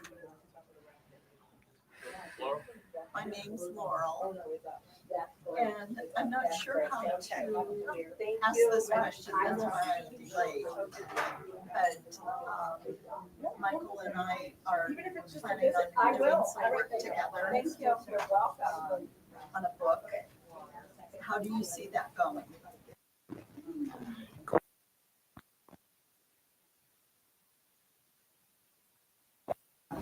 Prior to even meeting each soul in a physical level has already been in play. Do you understand this? Yes. There are no accidents, my dear, that everything has fallen to the degree that it has fallen. This has been planned out for quite some time. I do not want to take credit for this, but yes, I will. I understand. I initiate for many of you.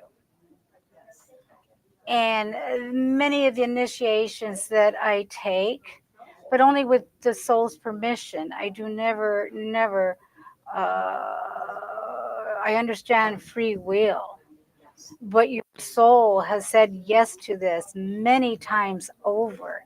Now you're seeing the fruits and of what is going to take place in so many levels. There are still many more surprises along the way, my dear, and I am not going to give you those surprises. Or it would not be a surprise, correct? Yes, but there are many twists and turns in your story that have not been revealed to you yet, but shall be in divine timing.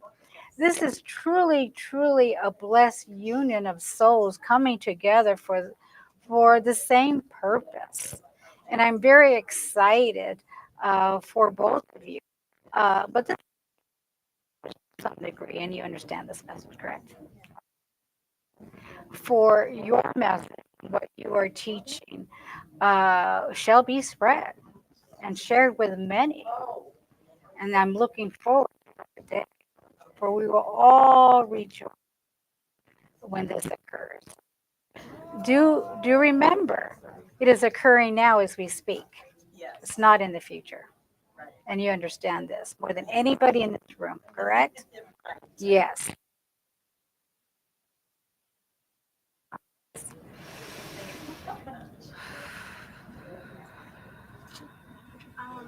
My name is Ariana, and I was wondering, is there any other messages that I need to get? Just choose more wisely for yourself. Choose more wisely, higher for yourself. For there are many times that you choose lower. For you to choose higher, my dear, you must think higher of yourself. Do you understand? Do not allow insecurities to get in the way of who you are. Understand who you are truly. Do you understand that you are God, that God dwells within you? And state it fearlessly. For this is true in all of you. For this is where your true power ends. Never allow others to take that power away from you or to initiate that this cannot be. This is the truth that I speak for you. Let it be your own truth, my dear. Do you understand how powerful you are? Because you have a way to motivate others around you when necessary. Do you understand? So you can go into a career or where you can help people, for a spirit will truly speak through you when needed, and you understand this message, correct? Yes, use it.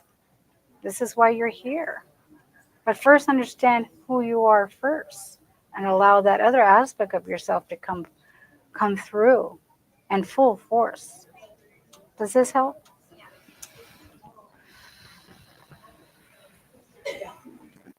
It's Laurel again.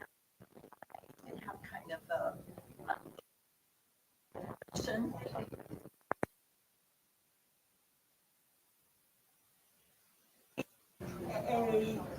A new little doggy coming into my life soon.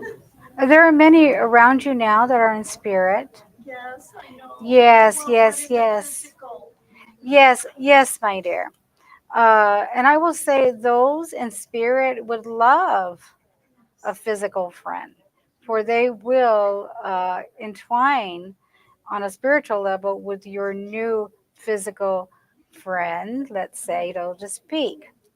And as we speak now, there's one just waiting for a beautiful home and to be loved.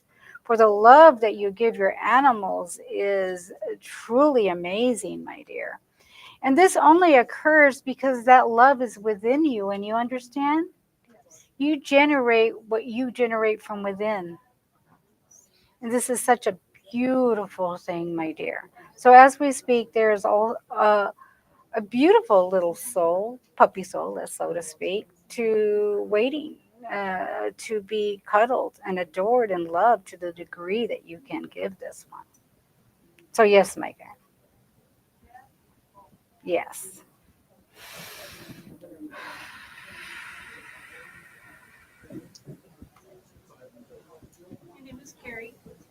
I was not raised with any sort of religious upbringing. Thank God, my dear. Lived in Thank God, so you would not be influenced, that you would be able to speak your own mind, that you would have your own mind and your own choices to make. So thank you. Yes. I'm curious. And Jesus.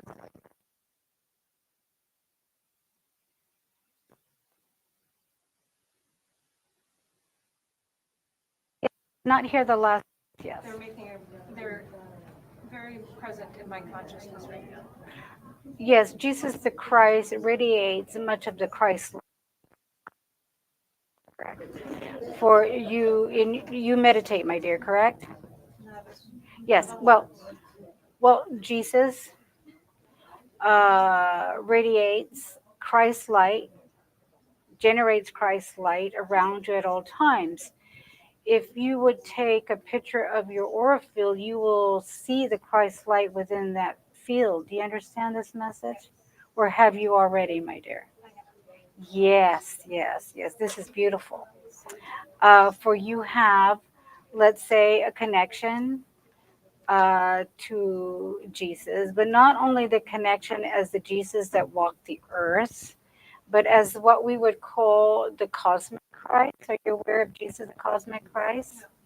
Yes. He goes by the name of Sananda. Do you understand this message?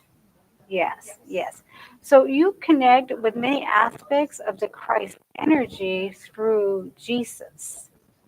Now, do you understand also that when the Christ around you, that this also entails the energy of Mother Mary? How do you feel about the energy of Mother Mary being around you, my dear? Yes, yes. For many of your soul purpose involves children. Do you know this? Yes, you may be put on a path that may help or spiritual truths. Do you understand this message? Yes, yes, yes. As Gabriel, the messenger angel, would communicate with you. Have you ever tried the modality of automatic writing, my dear? Not yet. Yes, yes. Investigate this modality for Gabriel would like to channel through you in writings. For you have the ability to hear spirit within your mind. Do you understand? Very clearly and very accurately. Is this true? Yes. Some of the writings through channeling with Gabriel will involve messages for children, my dear. Yes, very loving messages. For as we speak now, children need to understand spiritual truths, to understand who they are. So much of that has been taken away from the children. And this is the role that you will be playing, my dear. Do you understand? Yes. Yes.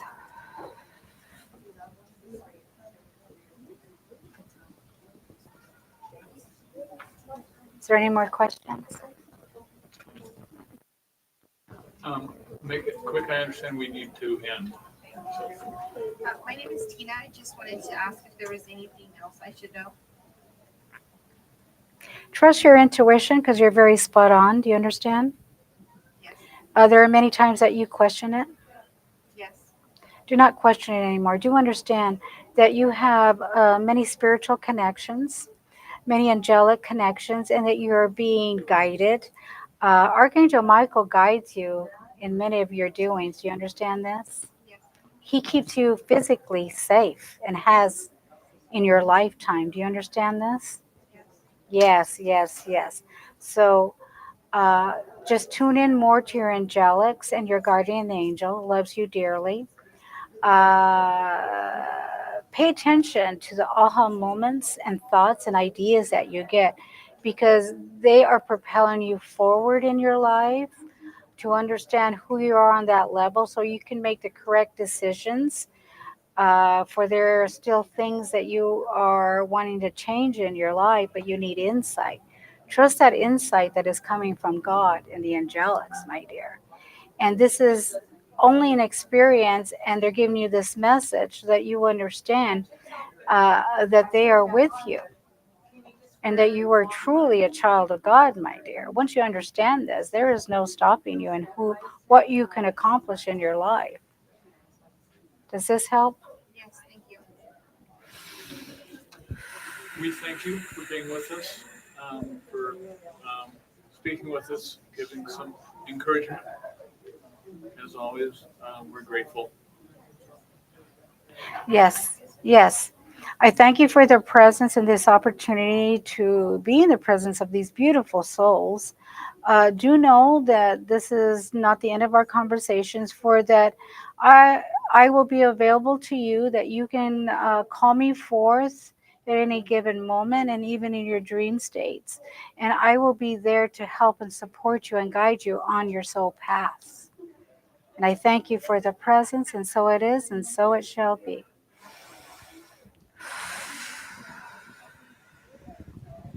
We always forget where it's at. So how did it go? Did it go good? All right, all right. It just takes a little while for me to come back. So are we at 2:00? Yes, we are. Okay. Well, thank you for being here, and I thank you so much. And I you receive helps you in your life. Thank you. Woo-wee. I gotta wake up. I really gotta wake up. Yeah, take that off of me. I feel so out of it. Just want to say thank you so much for sharing your gifts. It was really neat. Oh, thank you. It fulfills me and helps me when people, it can help people, or I can be of service in some way. What's your name? Jenny. So nice. Yeah. Oh. I don't know. I can't wake up. I'm trouble coming back. Not that I'm having trouble. Was I deep? Was it? Go deeper than normal just to stay deep.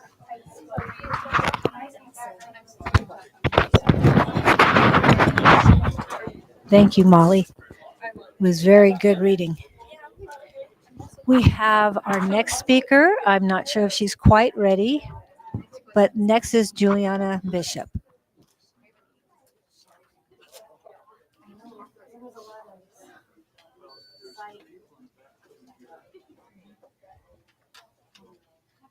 I'll go over there because the next person's coming up, right? Yes, she is. So much.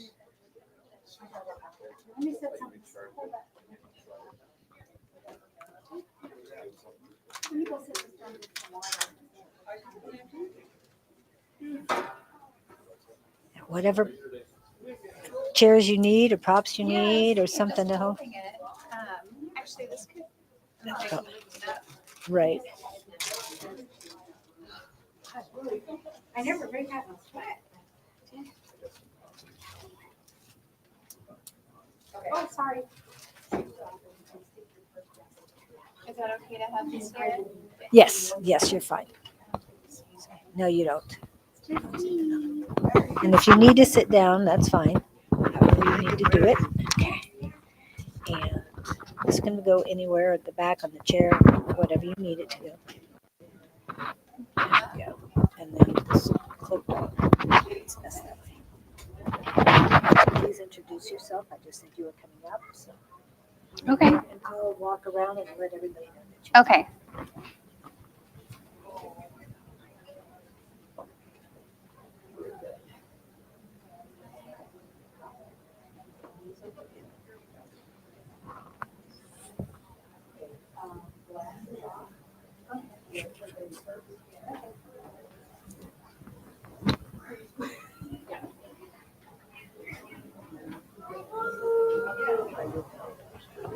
I wonder.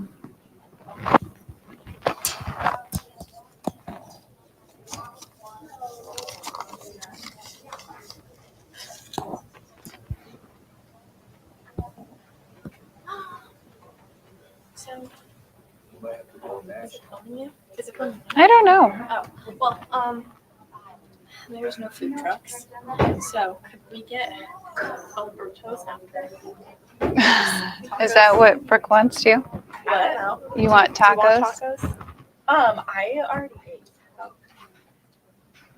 Yeah, but I want to watch you, so. Okay. I'll start. She said that she was gonna get a few people together. Can you keep track of the time? What time?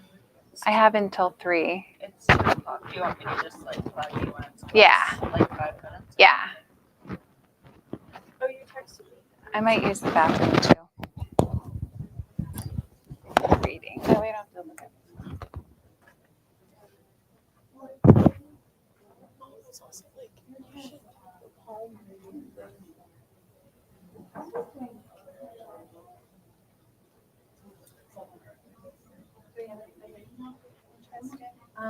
There's no one around right now that around me, but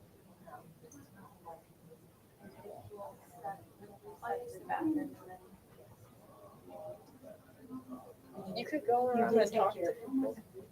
yeah, I know. Make sure. But it is not being live streamed, so there are people online. Like with Julie's channel right now, there are 4 people watching.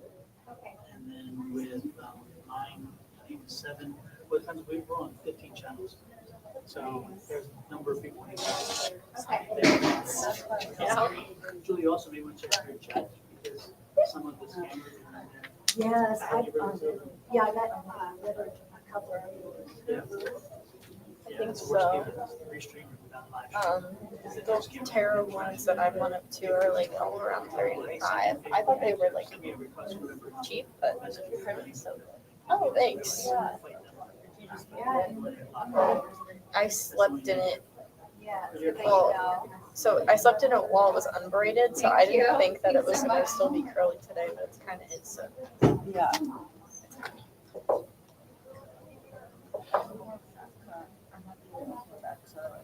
Well, I put in that I'll text him. The other person like went around and like pulled people in. Oh, really? I don't know if we should do that.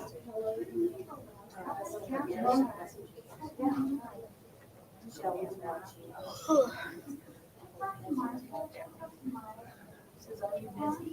Because we don't have to come back here. They're not choosing the same things about me. I know, I was tempted to ask, but I was like, I just started.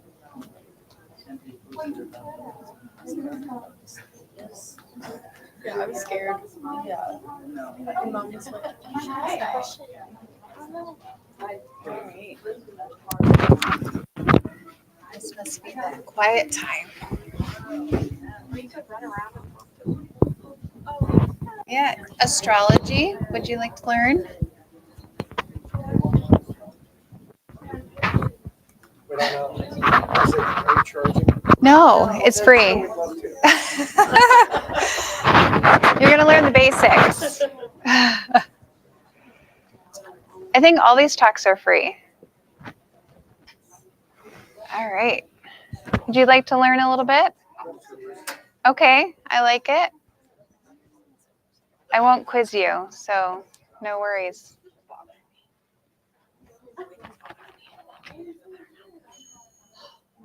And I know we have people live paying attention to. Come in. I'm going to teach a little bit about astrology. So if you've never learned about it or you know a little bit about it, it'll be review. Nice. We were told there was water back here. Any? It's up by where the cookies are. Oh, there's cookies. Can you bring a cookie? Yes. Go get some, girl. Did that lady say she was going to get water for us or for herself? I don't know. Oh.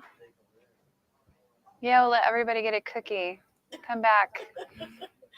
Everybody left. They ditched you for a cookie. That's totally fine. I get it.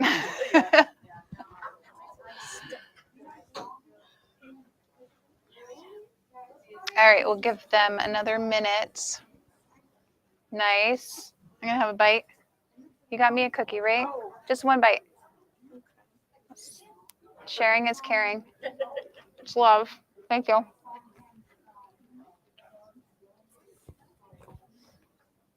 Great. Have a seat. Okay. So this is my first time using a wheel to demonstrate astrology.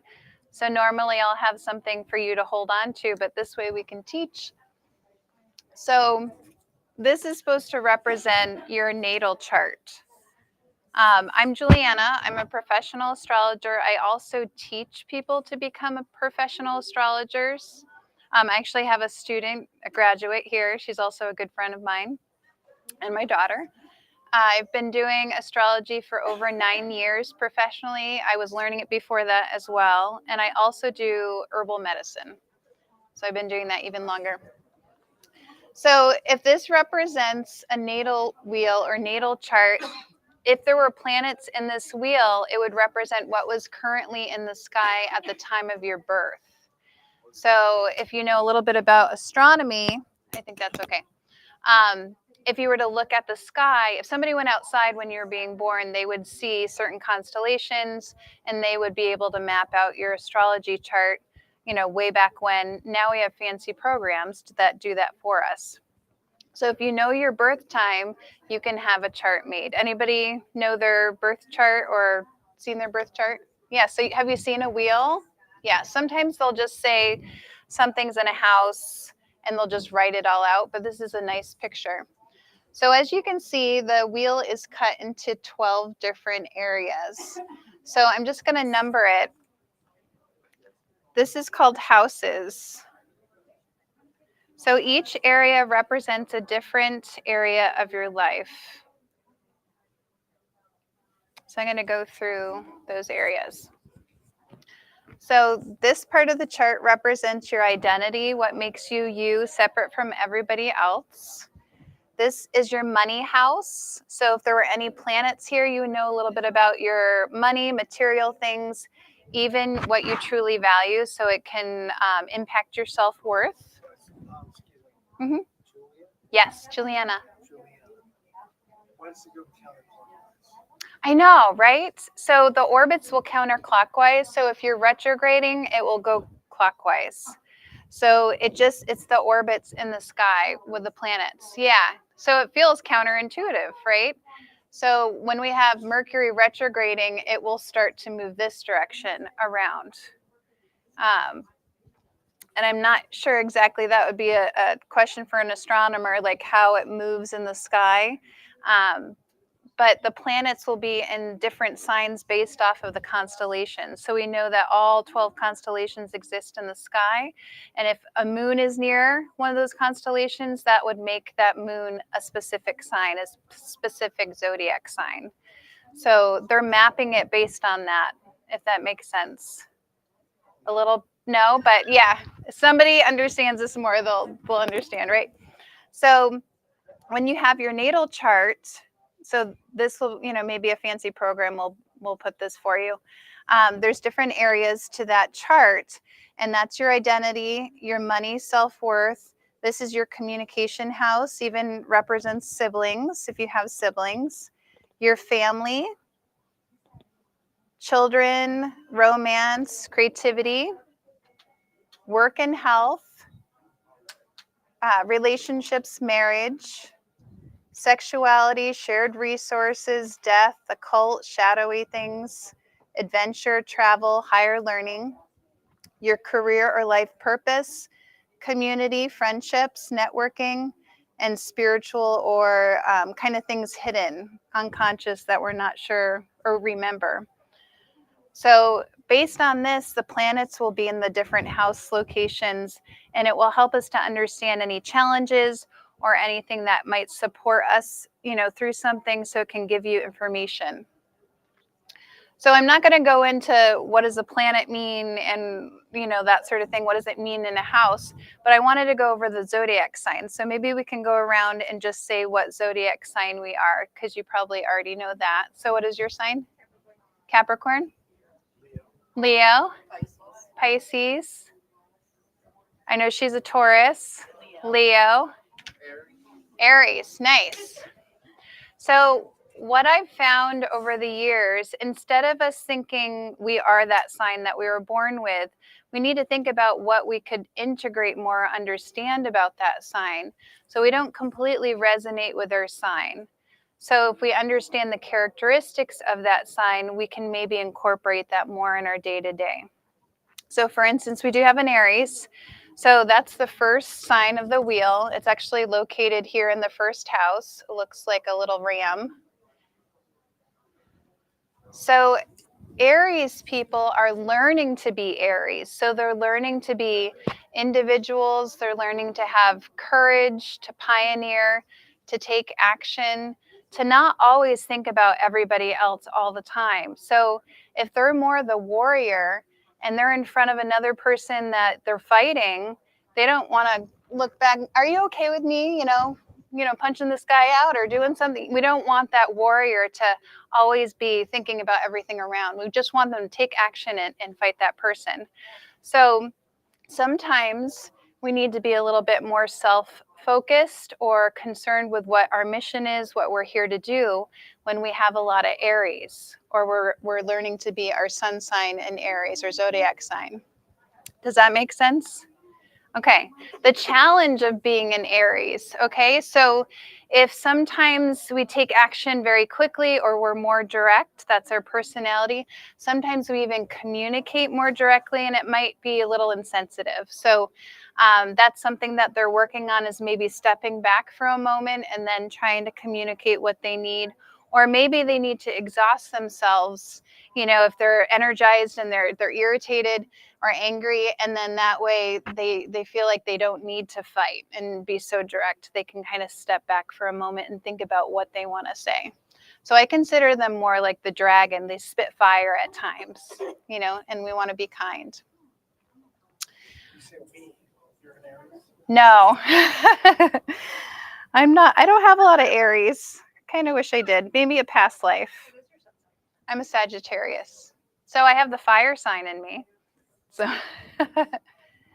So Taurus, this is typically the second house energy.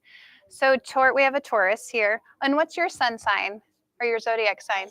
You're a Pisces. So we have a few Pisces here. So what a Taurus is learning this lifetime is to learn to be more calm, to find stability in life, to find some peace and harmony. They're more like the rock in a raging river. So as life is happening around them, they're finding center. And that way, they can achieve what they're here to do. So they're maybe smelling the roses. They're taking in life. They're eating the food and really tasting it. My daughter actually is really good at cooking. That's a very great quality of a Taurus. So they can be stubborn sometimes. And if you know about the Taurus, they're a bull sign. So the one thing with Taurus is not letting them get down to the point where they're not going to get back up. They're really, this is what I'm going to do. So you want to communicate with them at their level and help lift them up, right? So they don't sit down and stay put. So maybe sometimes they do have a challenge making decisions or knowing, the right path. But we can slowly, patiently guide them. So they are definitely more of an earthy element. Then the third house represents Gemini. Geminis are the chameleon of the zodiac. So they're learning through all different sorts of people and just curious in life. So they're learning about facts and how the world works. So they're taking on different personalities. They have different friends. I know that a lot of Geminis will get along with different types of people because they're trying on different hats. So maybe they seem one way one time and one way another, but that's their way of learning about who they are and who they are not, right? So they might be good friends with somebody that's very different from them, but they're going to take pieces from that and go, I really like that quality about that person, but I'm not going to necessarily be that quality about, so picking and choosing. They're really great at communicating, and what they're trying to learn this lifetime is to listen, to really understand the facts of the situation. They don't need to know what's right all the time. So I've noticed that they're really good at delivering as like a teacher. So they'll learn and they'll be able to spew it and share with you the knowledge that they learned. So that's a great tool to have. So if we aren't that, if we have a little Gemini in us and we're trying to learn more about the Gemini, those are the things that you want to try out more. Maybe speaking, writing, communicating, teaching. Those would be great things to incorporate more.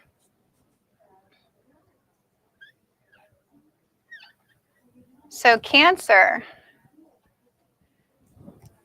Cancers are learning to be more nurturing and to take care of things.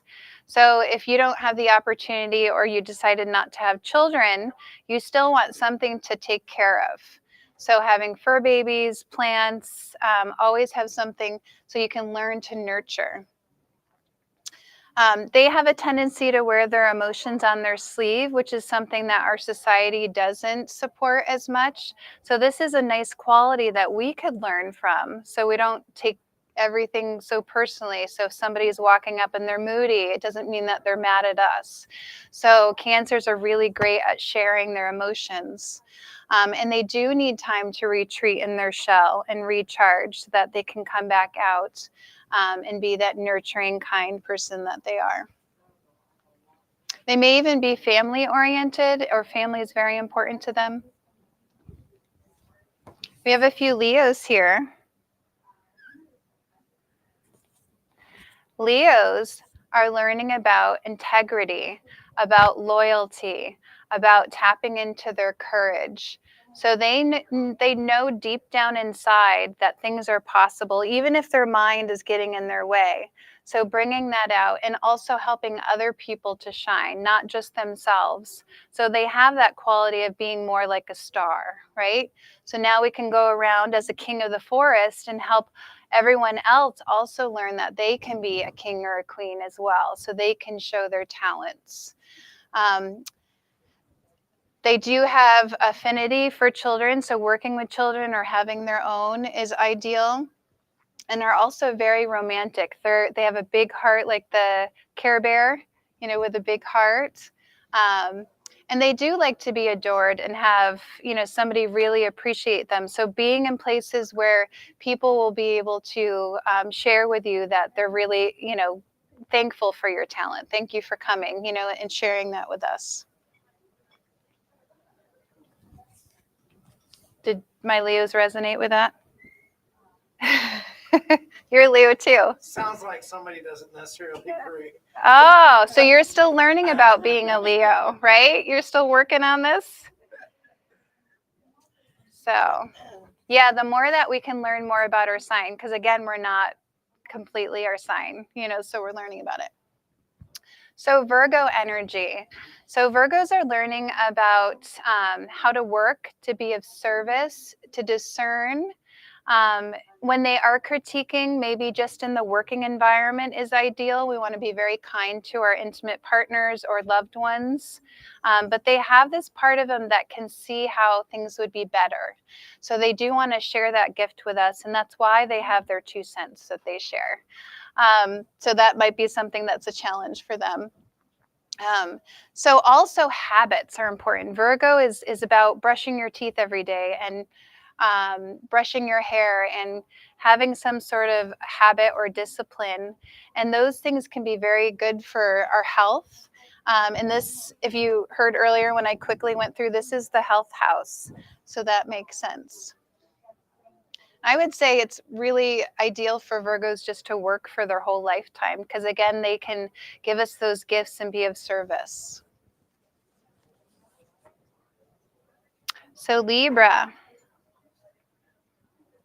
Libra, it looks kind of like a scale. So Libras are being called to be social, to have partnerships, to be in relationship with people. To find beauty and harmony in their life, so surrounding themselves with that. They're very tactful, they can be very charming, and if these don't resonate with you, if you have a lot of Libra, this is something that you want to continue to learn, how to be tactful, how to say something in a kind way. That's amazing. Do you know a Libra? Oh my God, yeah. She passed away before she learned any of that. Yeah. She needed to learn those same kind of things. That's amazing. Yeah. Yeah. So some people are really good at it and know a lot about this Libra stuff, and then other people are still learning, right, those skills. The other thing with Libras is that they have a hard time making decisions because part of them, they see both sides. They see how this could be and this could be. So they're a little bit in fear of making a mistake, or they don't, they want to make sure everything's okay, make the right choice. So it's wise for them to just make a choice. And if it doesn't work out, we can change that choice. Kind of like when you're making choices for your kids, right? We have no idea what's going to happen. We just got to make a choice and see what happens. So that's our Libras. They can also be very creative and artistic, as well as Leos. That's another sign that's very creative and artistic. I forgot to mention that. Okay. Scorpio. I always have to remember how to draw these symbols. So Scorpio has like a little tail, and that's different from our Virgos that wrap the tail comes in. Oh, that kind of makes sense. Scorpio. Just thinking, just a thought here. So Scorpios are being called to, they want to listen more to their deeper self, to really face some of those shadows. They're more about transformation. They feel very deeply, so they feel the spectrum of emotions. They can feel pain more than other people. So when you're around a Scorpio, there's something mysterious about them, or you might feel like they really know what life is about and how there are some challenges we have to work through. So they can be the psychologists, they can be the detectives that pull things apart. So they're learning all those things. And again, if they're afraid to face those things, this is something they will continue to work on. Their life can be a constant transformation, like they're on a roller coaster. Then we have Sagittarius. Be honest. I will. I'll tell you my fault. The faults of Sagittarius, right? I'll tell you. Okay. We're not all perfect. No, nobody's perfect, right? So Sagittarius, this can be a very optimistic sign. So they are learning to be more positive and to have a good attitude. And I'm guilty of not being positive all the time, right? I think most of us are. So as much as I can, try to look at the bright side of things. And this is one of our gifts. We can help lift other people up and be supportive, like a cheerleader. We're called to find adventure in life, to travel, to continue to learn at a higher level. We can be more like the philosophers. We're constantly finding our truth. So as much as I can personally, I will try to travel and see new perspectives and also teach. That's my philosophical part. Our fall is that, say we were on our high horse. We're like, I got this truth and I really believe in this thing. And we want to go out and spread the word, right? That would be a disservice because it's not for us to change anybody's belief. So we can continue to teach. And then if anybody sits in the seat, then I'll teach you what I know, right? That type of thing. So sometimes we can be even a little optimistic to the point of that, I don't know, what's overly optimistic, just overly enthusiastic. Like we think everything's possible, and not be so grounded. Yes, thank you. And then we have, this is the hardest symbol to draw, Capricorn. So Capricorn is actually located in the life purpose or career house. And this makes a lot of sense because Capricorn is a goat. And if you've ever met a goat, I have. I got to travel in Ireland and be next to a goat. You see that, Sagittarius, I travel, right? You see that the goat will take one step at a time up the mountain. So they don't move too quick. They have a plan and they want to make sure that they get their footing. So this is really great for business. So when we have a lot of energy here at the top of our chart, this will help us be more entrepreneurs, to be specialized in our field. And these are qualities that we want Capricorn to continue to work on. How can they be planners, have a goal, and do something, accomplish something in that way? So what other things? They can be a little serious, a little grumpy sometimes. Eeyore from Winnie the Pooh. Yeah. So there's some sort of sense of control, maybe to find that footing and stability. So they're learning how to use that seriousness in their work versus everything has to be serious, right? My father's a Capricorn, and a few times I've seen him be silly, right? And I just remember those in my mind because it's only a few times. So yeah, they do need to learn to be responsible. So give them a break. That's part of their lesson if they're a little too serious. Aquarius looks kind of like a water symbol, but they're actually an air sign. And that explains them a little bit because air is a little bit more flexible, right? Water still is flexible, but sometimes it finds its own path. So Aquarius is meant to learn to find more freedom in their life, to be more flexible, to go with the changes. They can be very inventive signs. They can have insight and have ingenious ideas. They can be more outside the box in their understanding. So astrology would be up their alley. They're more humanitarian. So for instance, if you're used to just being with a few people at the same time, it's better for you to be in a group if you have a lot of Aquarius, because you're going to be able to work with people and have a similar goal and do something for society. So that's really ideal. And then if you do have genius ideas, write them down. So that's something that you could work on facilitating. We need those things. That constantly changes things for us. All right, and then Pisces, I have to remember. I look at these all the time, and sometimes it's hard to just remember them out of your head. Okay, so this is a Pisces symbol. So Pisces are the most compassionate and intuitive signs. So that's what we're learning if we have a lot of Pisces in our chart. So we're learning to not throw our pearls to swine. We do want to be of service, but we want to make sure that those people value when we do, so that we're not just putting out energy and not, having it go someplace useful. So they have a tendency to save people, and they want to help people all the time. And we do need them to be in some sort of outlet for that. So maybe they do that for their work. So they might have more of a spiritual tendency, more similar to what we're doing here today, right? So it's very Pisces. You're Pisces, right? And then you're Pisces too. So are you doing spiritual work? You're working on it. So this is part of your calling, and to be of service, right? And to help other people, especially people that need the help, the underdog or people that are really struggling. So those are the 12 signs. Any questions on the signs or the house?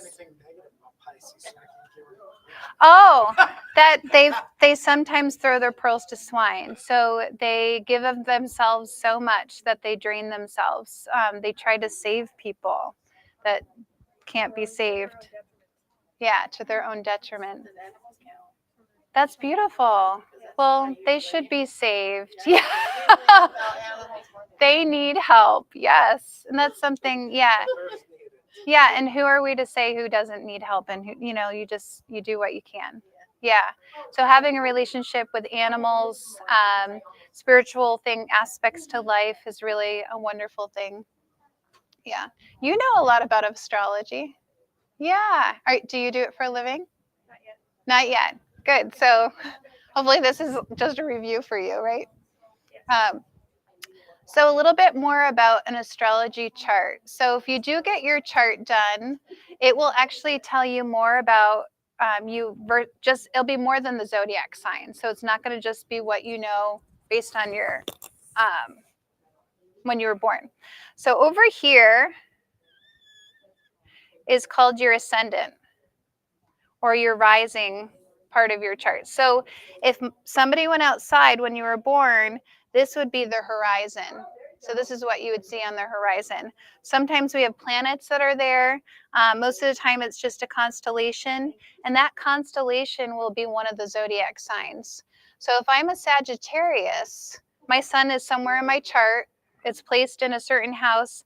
I also have an Aquarius zodiac sign on my ascendant. So if I went outside, I didn't because I was born, but if somebody went outside, they would see the constellation Aquarius was on the horizon. So that makes me Aquarius rising or an ascendant in Aquarius. So when you know your exact birth time, you'll know what that is. And it moves every couple of hours. When my nephew was being born, I was there in the hospital and I was looking at my phone going, okay, 15 more minutes, he's going to be a Pisces rising. We got to hurry up. So it will move, it orbit, things change in the sky, right? And things, you probably know about Venus is very close to us and we see Venus a lot on the horizon. So things will constantly be orbiting, throughout the day that you were born. The other thing that changes very quickly is the moon. So the moon will change into a new sign. So in the sky, it's going through those constellations, those zodiac signs, every 2.5 days. So today the moon is in Libra, and in a couple days, we're going to have a new moon in Scorpio. That's the next sign. So we learned that Libra's here. The next place for that moon to go, so the moon right now is in the sky here. It's going to move this way through Scorpio for 2.5 days. And on the 13th, it's going to be at 20 degrees Scorpio. Isn't that cool? So that's why we know if it's a moon in Scorpio. There's a new moon on Monday. Yeah. So new moons are a great time to plant seeds. So think about the full moon, and when we look at crops on a full moon, we see all the crops, right? But on a new moon, we don't see anything. It's dark. So this is the time you want to plant your seeds so that in a couple weeks when we have a full moon, you'll see the harvest, what comes up from those intentions. So whether you're praying or you're writing down intentions, you can light a candle, and you want to start these intentions on the 13th when the new moon begins. And you have 7 days to write these intentions. And then during a full moon, you'll feel it right before the full moon too. So you have about 3 days before a full moon and 3 days after to really get those messages from what you just wrote on this new moon coming up. So it's a great opportunity. And Scorpio is very occult. So Scorpio is this, right? So it's hidden, it's secretive, it's mysterious. Hi. So you could write something around the Scorpion energy, maybe something to do with this, or just something personal in your life that you want to write about. And then you'll see something manifest in a couple of weeks after that. So yeah, there's a lot of information on this. But any other questions on astrology? Did you have questions because you're going to start learning it? So like the 3 strongest energies in the chart. 3 strongest energies. So there are times that things trump those 3 strong energies. So we usually look to the sun sign, the ascendant, which is the horizon zodiac sign, and what's on the ascendant, because sometimes there's a planet, and then your moon.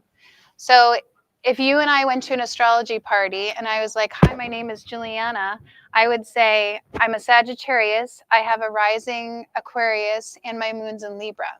And you would say, my name is Carrie, I'm a Capricorn sun, Pisces moon, and a Libra rising. right. Yeah. So those are the most important parts of your chart. But there are some fancy things that happen. There's things that will go right to that spot first. So there's some exceptions to that rule. Yeah. And then you use the areas of your chart with whatever is placed in them to help guide you. So if you have a question on something in your life, you're learning about yourself. You're knowing yourself more through your chart. And you don't even need to have like a fancy reading with, they call it a tri-wheel or a bi-wheel, where they see where the planets are now today and they see it in relationship to your natal chart. So you can just go off of what you're born with and learn about yourself, and that will guide you. So you can start with that. So astrologers will know what's currently in the sky right now, and they'll be able to line it up with your chart when you were born. And that can give us a lot of validation. It can give us some tools to help us to navigate currently or maybe something coming up. I like to do astrology in a way that's very positive and uplifting. You probably heard my tone, right? The way that I'm trying to describe, I'm trying not to be like, oh, this is a terrible sign. Yeah, that sucks to be you. Good luck on that one, right? I'm a Sagittarius. You're a Leo, yeah. All right, we're great. No, so we don't do that. So all the signs are really valuable. So astrology is actually the study of the planets in relationship to us. So we become the center of the universe, and we're all stars. So it's just about a matter of helping us to work through what we're here to learn. And you can also supersede your chart. So I don't believe that, you know, you're destined for this and this is your karma and you just got to deal with this. I feel like, yes, that might be a challenge to begin with, but we can supersede it. So just more of a positive approach to astrology. So I was taught by somebody that was very realistic. So sometimes it was hard to hear. And I kept on saying, well, what about this? Why can't we see it this way, right? And he's like, Juliana, you are so Sagittarius. Yeah. Right, so any other questions?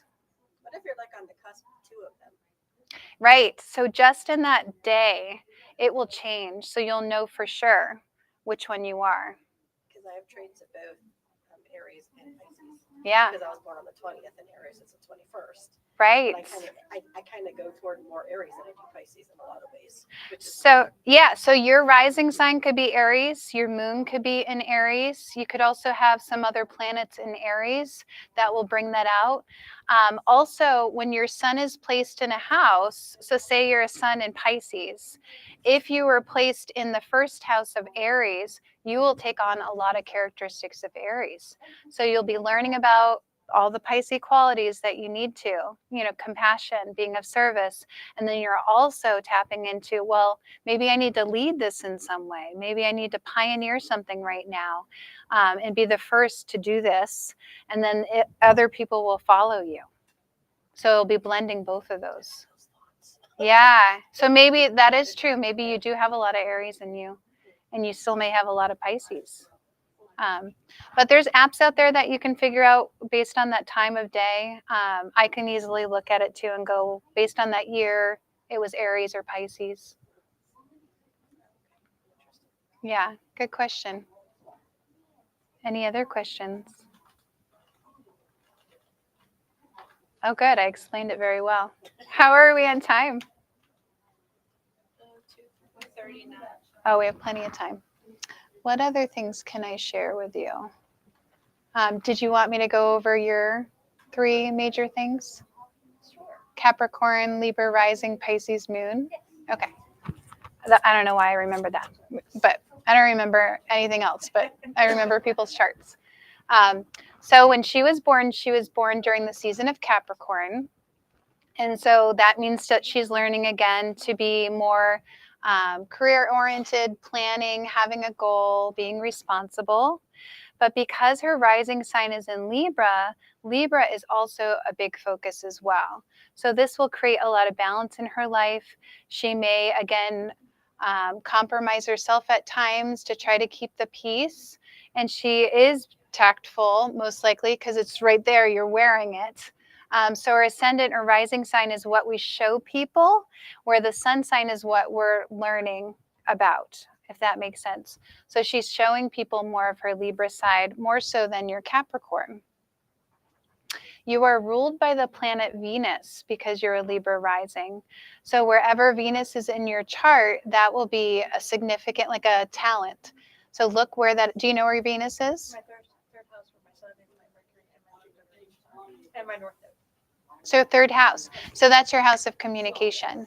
So similar to a Gemini who is learning about communication, she also is learning about that as well. So she's going to value that area. It's going to be very important. Do you have relationships with your siblings? So that will also be an area. Doing short travel, so not just long travel. So you're going to learn a lot. Do you like to gather the facts and learn different things? I've been Yeah. learning astrology for 5 years, but I'm like, can't put it into application. So having the discipline.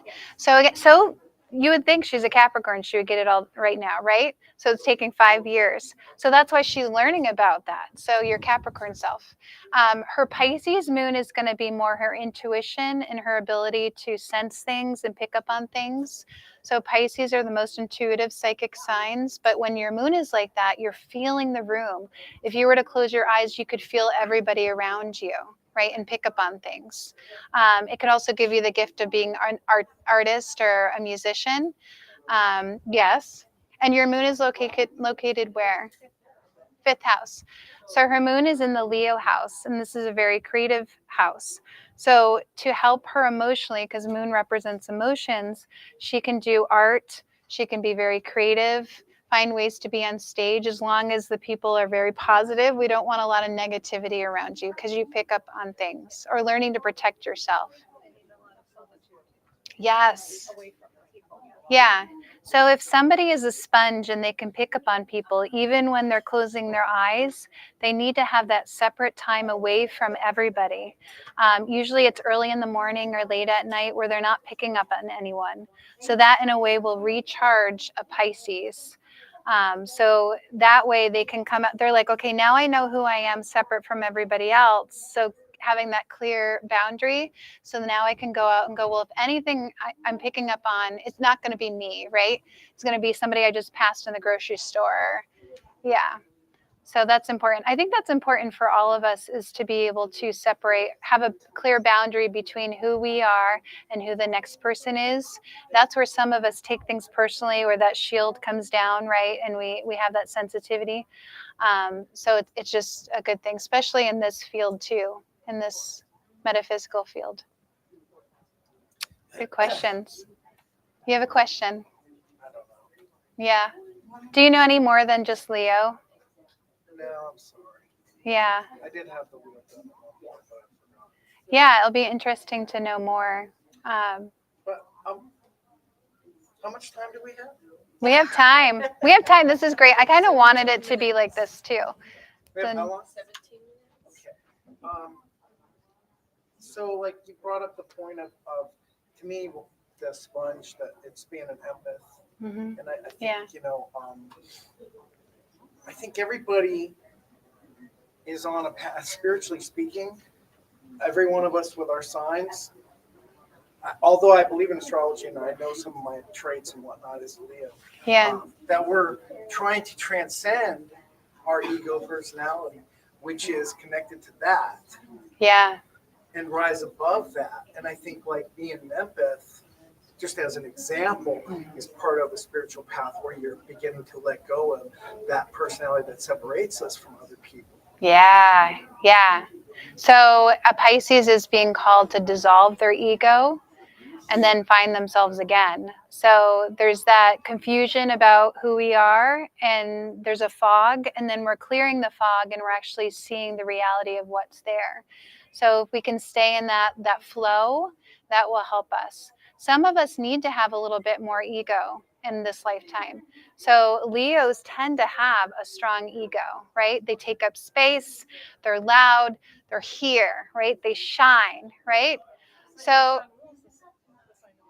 yeah, so maybe your path is more that, where a Pisces is learning to dissolve the ego, to feel in flow.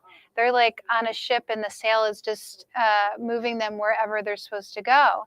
And they may need somebody like a Leo to anchor them, right? So Leos are very fixed.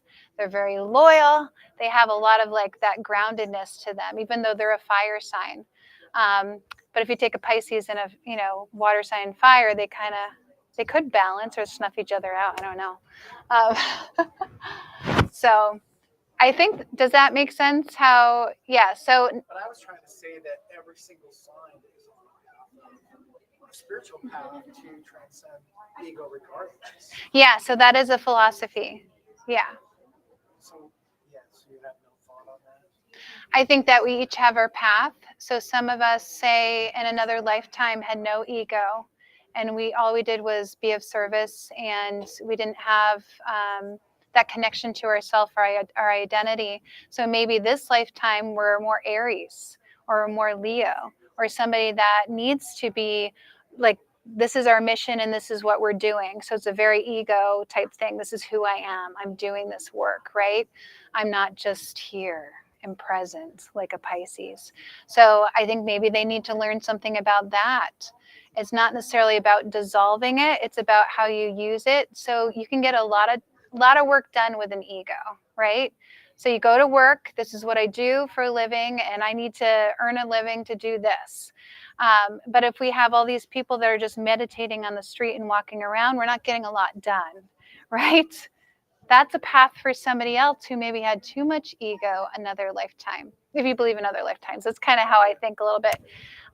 So say that person abused things last time. Maybe all they cared about was what they were here to do, and they were on a mission, right? And it wasn't compassionate, and it wasn't very service oriented. So maybe they're on the streets now, and they're learning about spirituality. They're learning about trusting and having faith. Or maybe they're born into a family that is very religious, trying to teach them about those things too, right? How to be compassionate, even if they don't walk that path eventually, right? So I think it drops us in those situations, and it's not right or wrong. So if that person is that way, it's not for us to judge that. We don't need to think that this has got to be the way. We should all dissolve egos, and that should be it. I don't think we get all our lessons done in one lifetime, right? Yeah. Or because you had that lesson, another person that's very like in the middle of it, you can say, hey, tone it down. This is not going to get you anywhere, right? But we also need that too. So it's just honoring that part. We honor the soul, respect it. That's my view on it. I don't think it's black and white. Yeah. What do you think? Oh, yes. Yeah, because you're... I do believe everybody has a path. And depending on where all the planets are and where the water signs fall in your chart, you're going to have more emotion. Water is associated with emotions, and you're going to be... That's the area of your life where you're going to feel a lot more empathy towards other people, things. And also, I was going to ask you, do you ascribe to the north and south node? Yes. Yeah. So I use, it looks like a horseshoe, or some of my students have said it looks like earphones or earmuffs. And it looks a little bit like Leo. But this is a north node. So if it's pointing up, it's a north node. And if it's pointing the other direction, kind of like a horseshoe, it's pointing towards the south. So it's a south node. So when you find this in your chart, and this is something you can look up without knowing your exact birth time, pretty much, because it's more a bigger span of time. So a lot of people born around the same time as you will have a similar north node or south node. Your north node is what you're reaching for this lifetime. So maybe in another lifetime, you were the characteristics of your south node in the past, or if you don't believe you've been in another lifetime, it could be earlier on in your life now. So you may be gifted at certain things come more easily to you, and now you're being called to be a whole person and integrate the opposition, which is your north node. It's uncomfortable, it's something you're not used to or have a lot of experience with, so it will frustrate you a little bit. So I'll use mine for an example because this will help. Okay, so I'm a north node in Leo. Okay, so I follow Leos. So this lovely lady came into my office and she says, hey, can I help you? I'm like, well, normally I don't take students, da da da da da. And I'm like, what sign are you? And she's like, a Leo. I'm like, yes. I'm going to take a Leo. So, and she doesn't frustrate me, but my husband, who's a Leo, does. Okay, so Leos frustrate me, not her. I feel like I'm a feminine version of a Leo. Yeah. I love my Leo ladies. Yes. So I'm trying to follow Leo because my north node's in Leo. My south node is in Aquarius. So if you see my office, it looks like I'm a little scientist. So from another lifetime or just earlier on this lifetime, I was into math, science. I have all these bottles I measure out in graduated cylinders. That's very Aquarius. All these skills came very easily to me. This is something I really enjoy. So when I think about Leo, I'm like, you gotta be kidding me. I don't want to be Leo. Like, I need to integrate more Leo in my life. Well, I guess I should just marry one and that will help. And he plays a guitar, you know, that's kind of Leo. So Leos are very warm. They have a big heart. Remember, we talked about that earlier. So so I'm learning to share my heart, this type of connection with somebody, to not always be logical and be a scientist and go, well, prove it to me. Or, you can sit over there and I'm going to sit right here. Now I'm comfortable, right? So this is where you need to cuddle up and be warm. So it's going to be uncomfortable for me at times. My husband is like laying on me like this, pet me. He's like, pet me. And I'm like, okay, I guess I'll pet my Leo. Like I have to. My daughter's here too. She's looking at me like, don't tell me. Yeah. Yes. So for like the north and south nodes, that's not an actual planet. No. It's an axis, right? But like, how can you find that? So it's calculated. So if you were to look up what your nodes might be for that date that you were born, maybe in like Google search, it could tell you. There's also authors that write about nodes that might include in the back of the book that if you were born in 1958 in June, you would have a north node in that specific sign. So there's a way to look it up. But it's an axis, so it's not actually a planet. It's just based off of like your sun, your moon, where things are in your chart. But it can tell us about what we're learning and trying to incorporate more, and maybe a little bit about our past or things that we're still working on, some of our missteps from another lifetime, and even talents. So it's a nice tool. I really like it. Do you know your nodes? Yeah, it's right next to my sun in Capricorn. Your Capricorn North Node. So the opposite of Capricorn is Cancer. So Capricorn's in the 10th house and Cancer's in the 4th house. So all the nodes are always opposing each other. They're completely opposing each other. So her last lifetime or earlier on in this lifetime, she was more Cancer. So it's more about the family, home, the nurturing, emotional part of her, even finding security within herself versus everybody else, right? And now she's being called to be more Capricorn again, which you are working on, right? So she's learning about self-resilience, to be responsible, that even in a healthy relationship, so she has a partner or if she's in her family, she still needs to depend on herself too and bring that to the relationship, not to find that emotional support in everybody around her all the time. So she's going to become more resilient. And then the more she follows Capricorn, which is building on something, making a structure out of something, that will help you. It will bring you luck. So, yeah. So some of the rest of our chart might hinder us or make it more challenging to reach our North Node. And so as much as you can, learn about that sign, and that will help you. Yes. Do you know mine? Yes. Yes. So she has opposite to her mother. So she came in from another lifetime in Leo, and she has a North Node in Aquarius. And she has a planet on her North Node called Neptune. So this actually brings another quality to the node. So if she follows Neptune and Aquarius, she will reach her North Node. Well, Aquarius is very humanitarian. It's very outside the box. Again, what we're doing, astrology is also very Aquarius. And then Neptune is very spiritual and intuitive and psychic. So the more that she finds those things in her life, I'm bringing her to these events, right? The more she'll be in touch with it and start to reach her North Node. But in a past life, she may have been Leo. And Leos are the queens and the kings of the forest. So when she was little, and sometimes now, she kind of acts like, yes, a queen, like a Cleopatra, right? Yeah.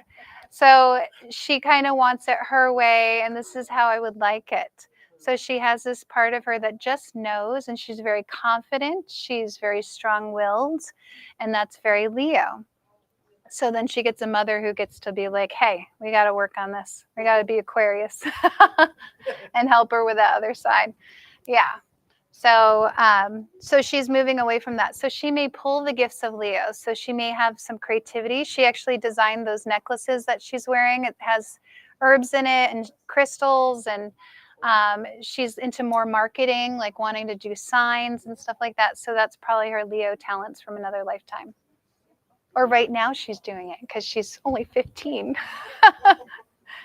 So she'll be more Aquarius later. Yep. Nice. Hi. Hi, how are you? Good, how are you? What is your zodiac sign? I am a Taurus sun, a Cancer rising, and a Pisces moon. Oh, another Pisces moon. She's a Pisces moon too. Yeah. 2 minutes. So we talked a little bit about Taurus. So Taurus are learning about stability and finding peace and smelling the roses and getting more in touch with that grounded part of you. And you have Cancer too, so that's very cozy and warm and nurturing. And then your Pisces is that sensitivity. So you probably blend all of those together, right? It took a while to really get grounded. Yeah. Emotional energy from the Cancer and the Pisces. Yeah. Yeah. So you're learning about your Taurus sign. So you may resonate more with your Pisces moon and your Cancer rising, and then bringing more of Taurus in. So learning more about what is that? Because we're not skilled at our sun sign. We're learning it right now. So thank you for all showing up and participating. And I have a website. It's Herbal Jewels. So after my name, Juliana.com. And also Moon Diva Astrology is my Instagram. And I do have cards too. All right. Thank you. Thank you. And I have cards.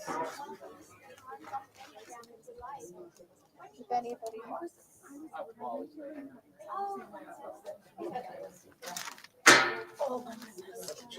Yeah, thanks for coming. Oh, good. I was a little nervous. Yeah, that was interesting. You were nervous? I know, right? You were nervous? Thank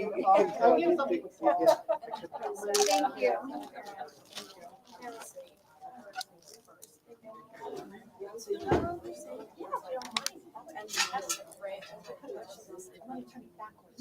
Okay. No, I should always have those in our purses, honestly.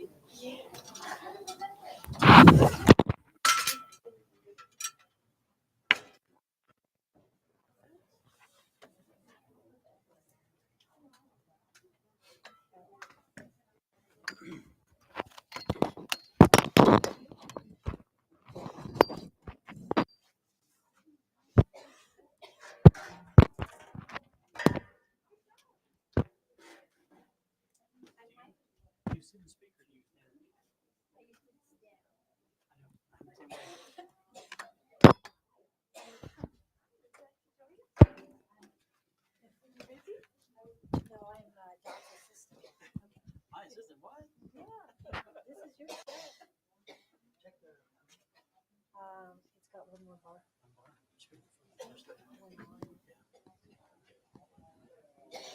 wanted to thank you. We're going to walk around a little bit.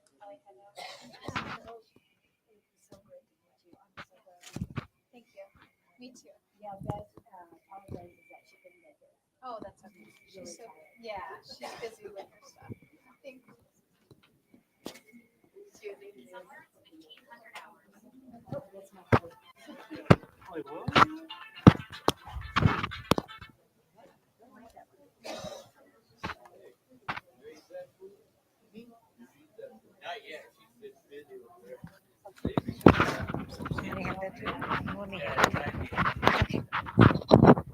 It is on.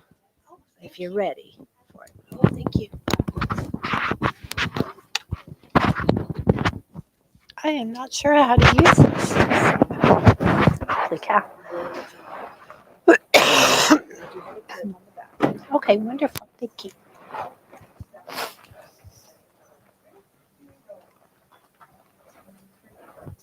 how loud you are. You may need to move it closer, depending. Okay, I'm usually pretty loud. It's the teacher in me. We'll probably move people closer. That was really strange. Something's trying to keep me quiet. Yeah. Okay, I'm going to walk around and just let people know that we're going to start.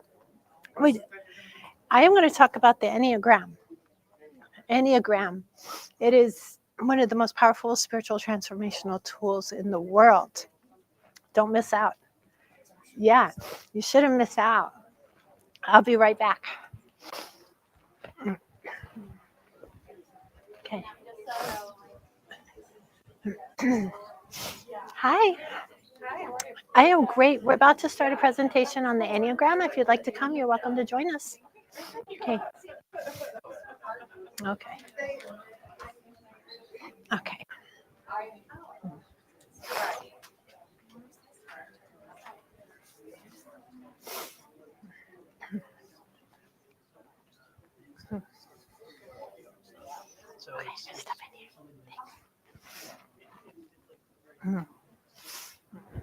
You want to move up? You just happy back there? Okay. Okay. Hi. Okay. She made it sound like it's the most fascinating thing in the world. Oh my gosh, you have no idea. You have no idea. And I'm very excited that you guys are here. My name is Gail. If you guys want to introduce yourself, that's great. I'm Carrie. Carrie? Michael? Tracy? Patsy? Daryl? Okay. I am so excited to be here today. My name is Gail. Yeah. Today is 11/11 portal. Do you guys know what that means? What do you guys know about the 11/11 portal? And why are we talking about the 11/11 portal when this is an Enneagram presentation? Because the 11/11 portal is in Scorpio energy. It's about transformation and transforming and elevating your consciousness. And that's what the Enneagram is all about. The Enneagram is the oldest personality assessment known to mankind. It dates back to the Sufis, it dates back to ancient Kabbalah, it dates back to early Christianity, and it's been kept hidden knowledge for centuries because it is extremely, extremely powerful. Has anybody here heard of the Enneagram before? Okay, so what do you know about the Enneagram? Not much. It is being used in the workplace for team building, for understanding the personalities and dealing with conflict and communication styles. But that's just the tip of the iceberg. That's just fluff. That's not what it's really intended for. Sure, it helps. I love the Enneagram because I believe that the most important metaphysical tools are the tools that we ourselves possess within us. Don't get me wrong, I love a good tarot reading, and I had a great one from Dawn about a week ago. It was amazing. It was spot on. It lined up with my astrology. Everything was spot on. But I really support individuals in learning how to master their own energetics. And it's great to go see a tarot card reader and find out, am I headed in the right direction? But ultimately, it's going to be up to you and how you're balancing your energies. And the energies of the Enneagram are the 9 different personalities and how we interact in the world based on how we perceive the world. And that's what makes the Enneagram so different than like the Myers-Briggs. Anybody ever do a personality assessment? Which one did you do? Okay, so that's a Myers-Briggs thing, right? Yeah. Anybody else? You've done that. So when you do the basic modernized personality assessments, it's based on how the world perceives you. The Enneagram is transformational because it's based on how you perceive the world and coming to understand what your belief systems are and what is and isn't working for you. So I'm assuming everybody is spiritual and believes that consciousness exists outside of the human plane. Are we in agreement with that? Okay, so at some point, we weren't in these human bodies yet. And we were so excited to come here. It's like, oh my gosh, I get to come to Earth, right? Because Earth is supposed to be one of the most challenging spiritual planes there is, because we have emotions to the 9th degree, emotions that aren't always experienced by other people. But with those extreme highs that we can experience are also extreme lows. And we want to get a little more balanced energetically so that we're not in a state of suffering. So with the Enneagram, it takes a look at what was the first time that you came to this planet and you stopped being excited about being here? This time. This time right now, in this life, or in this moment? Oh, he's not excited to be here. So, at some point, and it usually happens in childhood, it's like, oh, that didn't feel like love. Okay, so when I behave that way, I'm not loved, because the child's brain is not fully developed yet. So their perception can be completely false. And they don't understand that even though the parents might not like the behavior, they still love the child. And it's not necessarily the parents. It could be the siblings. It could be the peer group. It could be the teachers. But at some point, we all have that experience of, holy cow, I'm not lovable. And then we start to hide that part of ourselves from the world. Because what do we want? We want to be loved. And we feel like we have to hide ourselves. But it's in that moment that the ego develops, because now you have fear. You're afraid that if somebody sees this quality within you, that you're not going to be loved. Okay? 1111 portal, all about transformation. It's about helping us to become our authentic selves. So you can harness the energy today to sit in meditation and receive your blessings, right? In order to receive our blessings in this life, we have to be on our path. When we go off of our path, we stay in suffering and we stay in karma, but we want to get to dharma. We want to get to feeling really good. So I want everybody to think of how you would describe yourself in 1 or 2 words. Everybody? Don't start. No, you don't even have to speak up. That's okay, because I'm going to flip the sign in just a second. But I want you guys to think about it. If you were to describe yourself in 1 or 2 words, how would you describe yourself? Anybody want to share? And you don't have to share. Dawn, how would you share?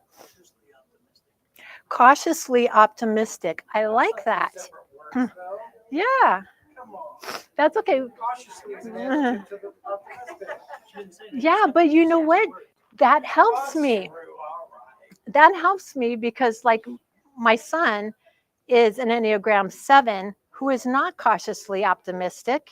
He is always thinking everything's going to work out wonderfully and doesn't think through consequences.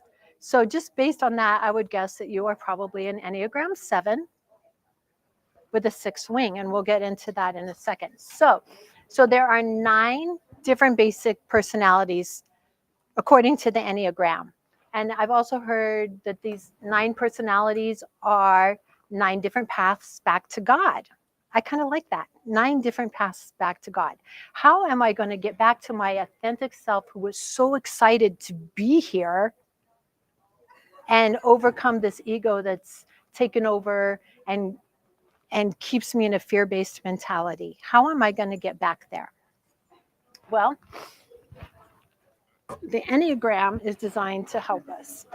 So with the words that you were thinking of,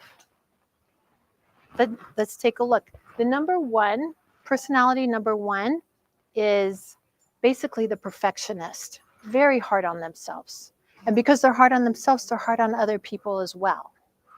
So to get back to their place of feeling okay in the world and not being so scared, they would need to learn that the perfection is in the imperfection, right? There's a plan, and I don't need to try to override the plan and just keep it to my perspective. If you have an Enneagram 1 parent, it's like that B is never good enough. Why wasn't it an A? Anybody have an Enneagram 1 parent? Okay. But yeah, you see it in the personality types. Okay. The Enneagram is meant for self-growth. So this is for self-reflection. I could talk about the Enneagram forever, but I'm going to give you guys just a glimpse of it today.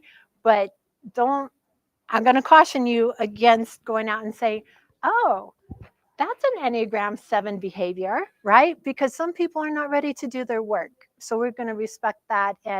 But it helps us when we can start identifying who are the people in my neighborhood and how can I connect with them in more meaningful ways and how can I have more compassion for them.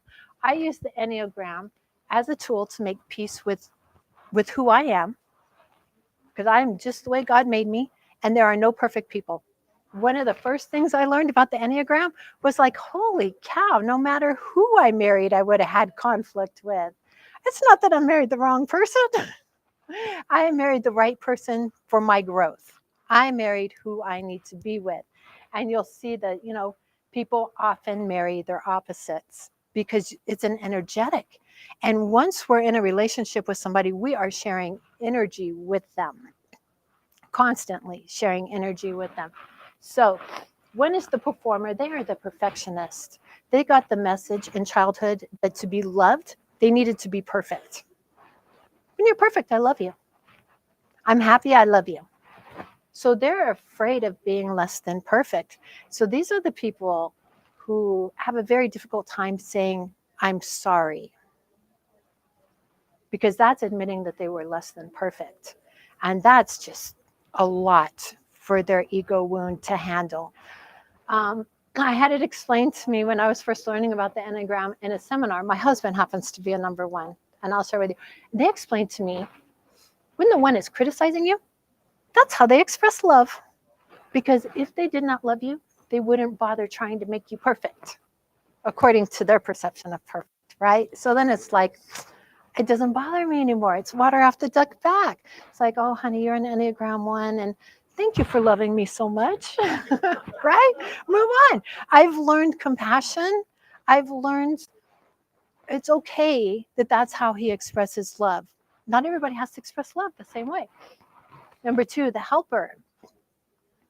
This is the giver. This is the most caring number on the Enneagram. This is mama. Mama's going to baby you and mother you. But when mama's not very emotionally healthy, she's going to create some codependency issues, right?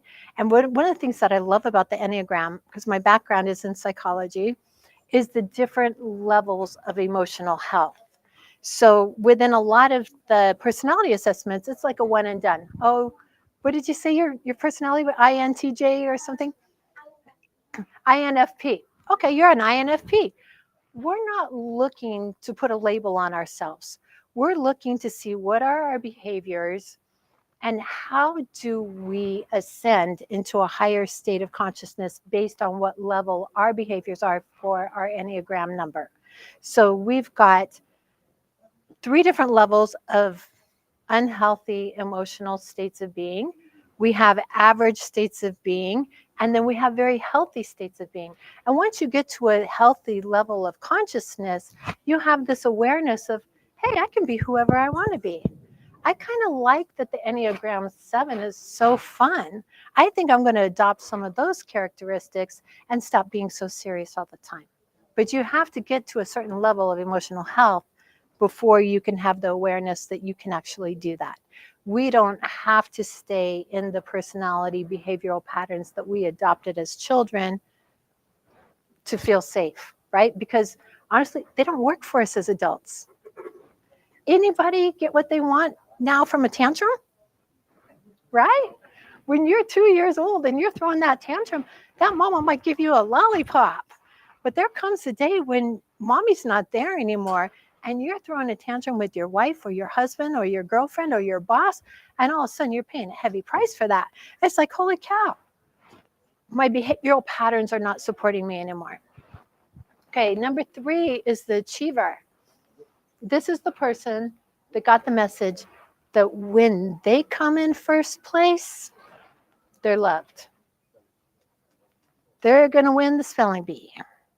And they're going to take that out into the world, and they're going to be very highly competitive in the workforce. They will probably be very, very successful people, but they might do it at somebody else's detriment, right?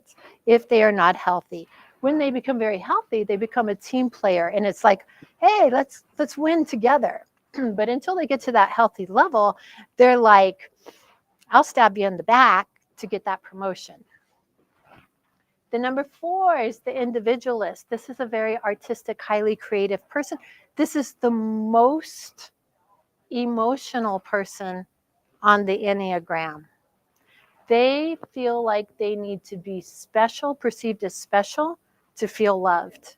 So you'll find a lot of artists have the Enneagram 4 personality. They can write those songs that touch our hearts. An Enneagram 1, he writes some critical song, unless you're a really grumpy person, you're not going to relate to it very much. But the Enneagram 4, she can talk about that lost love. But when they become healthy, you know, everybody when they're at the healthy levels are just amazing 5th degree consciousness beings going through life with love and light, sharing their particular gifts. Number 5 is the investigator. This is the child that probably had parents that were the helicopter parents. And now they just want their space. It's like, leave me alone. Give me some space. So a lot of solitude. To feel safe, they feel like they need to have enough knowledge. So this is the professor, right? That professor that wants to, when they're average or unhealthy, the professor that wants to let you know that he knows more than you. And they will hoard their knowledge unless they really like you. But this is the person that's going to want to talk about the history of what would be a very boring topic. Give me a boring topic. And I do have Enneagram 5 relatives, so bless their hearts. Okay, so my brother and my mother have a lot of Enneagram 5 and Enneagram 4 qualities. And they can talk about Spanish linguistics for hours. For hours! And my eyes kind of glaze over after the first 5 minutes, and I'm like, how can I politely go do something else? Because I can't do it, you know? But it keeps them feeling safe in the world to have more knowledge than other people. The 6, they say, is the most common Enneagram number. The 6 struggles with fear. They're loyalists when they're average or unhealthy because they feel like they need people to be safe. So an Enneagram 6 is going to align themselves with big organizations that are going to support their feeling safe and feeling right in their beliefs. And they're fear-based. They're constantly thinking about, what do I need to do to be safe? Am I going to lose my job? How do I need to interact with my boss to make sure that I'm not going to get fired? Or who has a first aid kit in their car? Enneagram 6 for sure. Yeah, they will. Okay, number 7, bless his heart, my son is a 7. The enthusiast, always looking for the next exciting thing. And he's been that way his whole life. Are you guys familiar with astrology? Sagittarius. Fun, fun, fun, fun, fun, right? And then along comes Capricorn season, and we got to pay the price for all that fun. That is the Enneagram 7 in a nutshell. They need to have strong boundaries because they don't have any limits to the fun. They are the Energizer Bunny.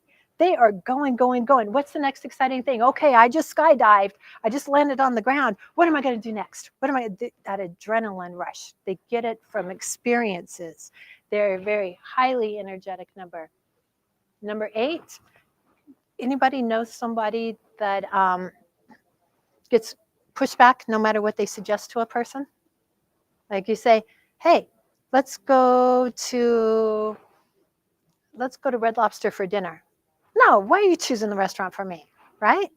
The Enneagram 8 is usually the boss in the office. When an Enneagram 8 walks into the room, you know it. If I was an Enneagram 8, I wouldn't be making much eye contact with you guys. I wouldn't be trying to engage you guys. I would be like, I'm here, all eyes on me. And what happens when we put all eyes on somebody? What happens to our energy? We give our energy to whatever we give our attention to. The Enneagram 8, they command attention. The Enneagram 7 also commands attention. They're on the stage. They got a good story to tell. Guess what I did yesterday? These are two of the most energetic numbers on the entire Enneagram. And 9 is the peacemaker. They call it the sloth. I identify with the 9. I do. When I was a sloth.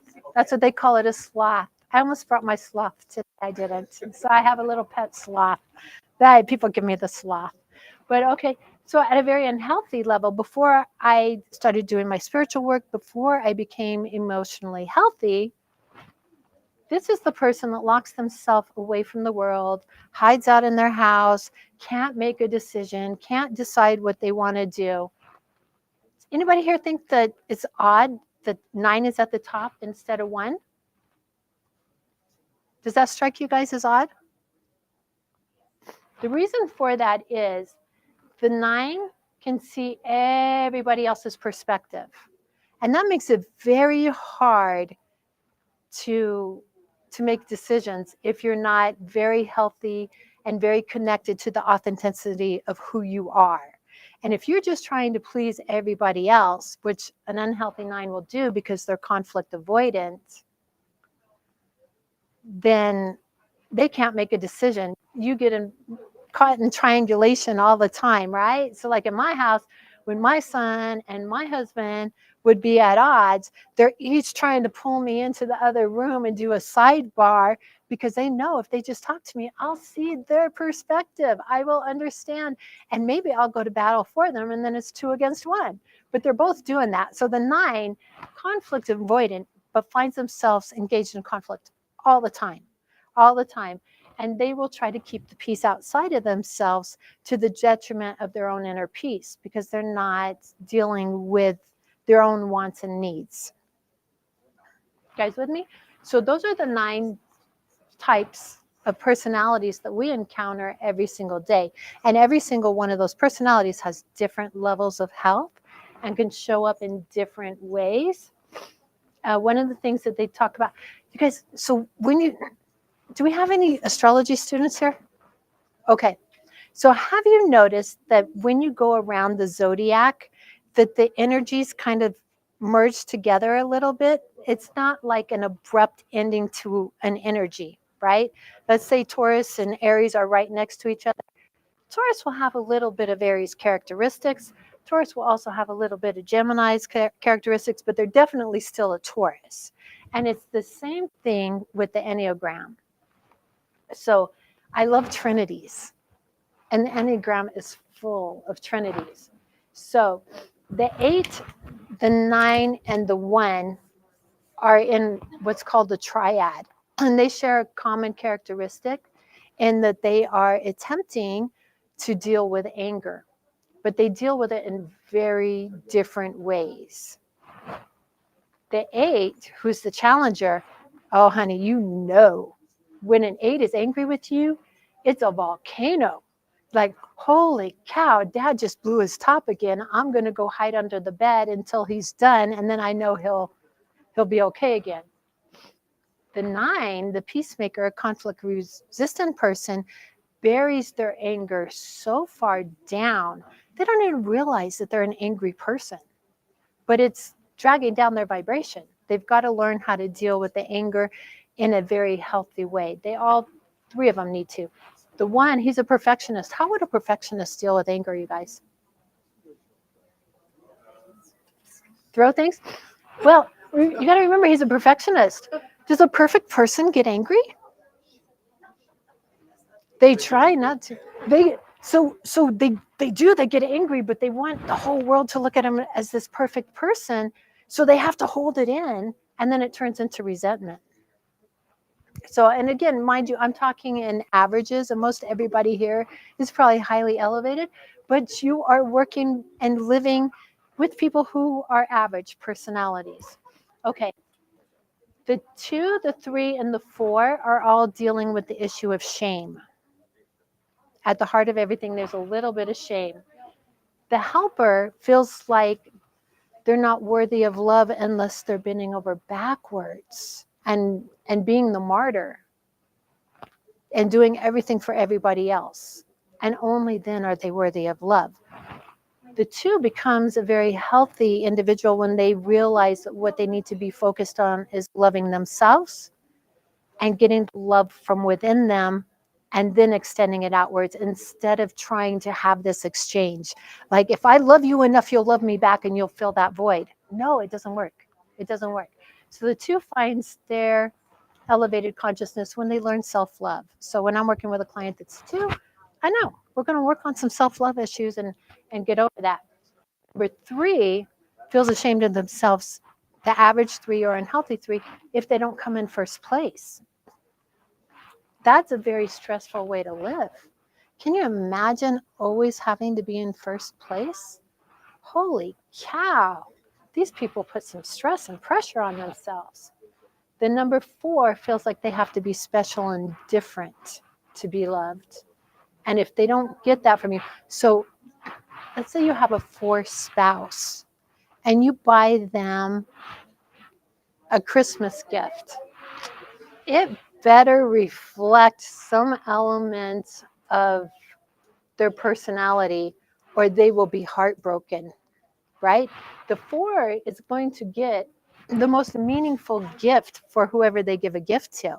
It's be like, I know that you like astrology and I saw this beautiful astrological pillow and I'm going to buy it in April and put it away till January because it's the perfect gift for you. That's what they want back. And so if we don't have that personality style or we don't understand their personality style and their need to be so different, they were like, what the heck is wrong with my wife? I gave her a beautiful gift and she's in the bedroom crying hysterically. Anybody know or? Yeah? Okay. Number 5, the investigator. They really need to feel like they know everything to feel safe in the world. But the flip side of that is that they don't like to be challenged. So like I have a very dear friend who's a 5 and he wants to start up these very intellectual conversations with me, which I'm capable of doing because I grew up in a 5 household. I can do it, especially if it's about a spiritual topic. Then yeah, let's investigate. Let's learn everything we can. So I encouraged him to keep in mind he was a college professor. He was an engineering professor, highly intellectual. I encouraged him to read The Law of One. Are you guys familiar with The Law of One? The verbiage is intense because it's supposed to be these channeled books and they don't speak modern day English. But he was up to the challenge, right? He's at that high level of intellect. And he loved it until the very end where he realized that they believed in aliens and that's how they started getting these channeled messages was that they were trying to contact with aliens. And so something in the last book about UFOs just set him off. He couldn't accept anything else that they had said, even though it's an amazing set of books. What I learned from The Law of One is that I don't have to be responsible for anybody else. We all have this path and have our own path. And in the 3rd dimension, we are supposed to choose, are we on the path of love or are we on the path of selfishness? And either choice is fine because we all wind up at the back at the same place, right? If you do the selfish path, you can only go up to the 6th density. Then you have to turn back and go on the love path. So it's like, bless you, honey, love you. That's not the experience I signed up for. I don't want all that suffering, but you go, girl. Have a good time playing in the mud, right? And I'm okay with it. And the Law of One helped me get to that. So I do recommend learning about the Law of One, especially if you're a people pleaser. You know, it's like, oh, I don't need to save you. You'll save yourself when you're ready to save yourself. Number 6, when they face their fears and stop being so fearful, they are the most amazing people. As a culture, we are in the workplace, we're 3s, but in our personal lives, there's a lot of 6s, right? We get bombarded with the news. all the time. And that can cause very fear-based behaviors. So we want to try to overcome those. We don't want to really do that. 7, the enthusiasts, I told you, they don't always have boundaries, right? And they don't like to talk about anything that's not pleasant. So I've always been drawn to the number 7 personalities because I need some fun in my life. I can be serious. I can be a very security-minded, serious person. And so I need the 7s, but I've learned through the Enneagram, those 7s will disappear out of your life if you want to talk about too many serious things with them. So they have a place in my life, but if I've got a problem, I'm going to my 2 friend.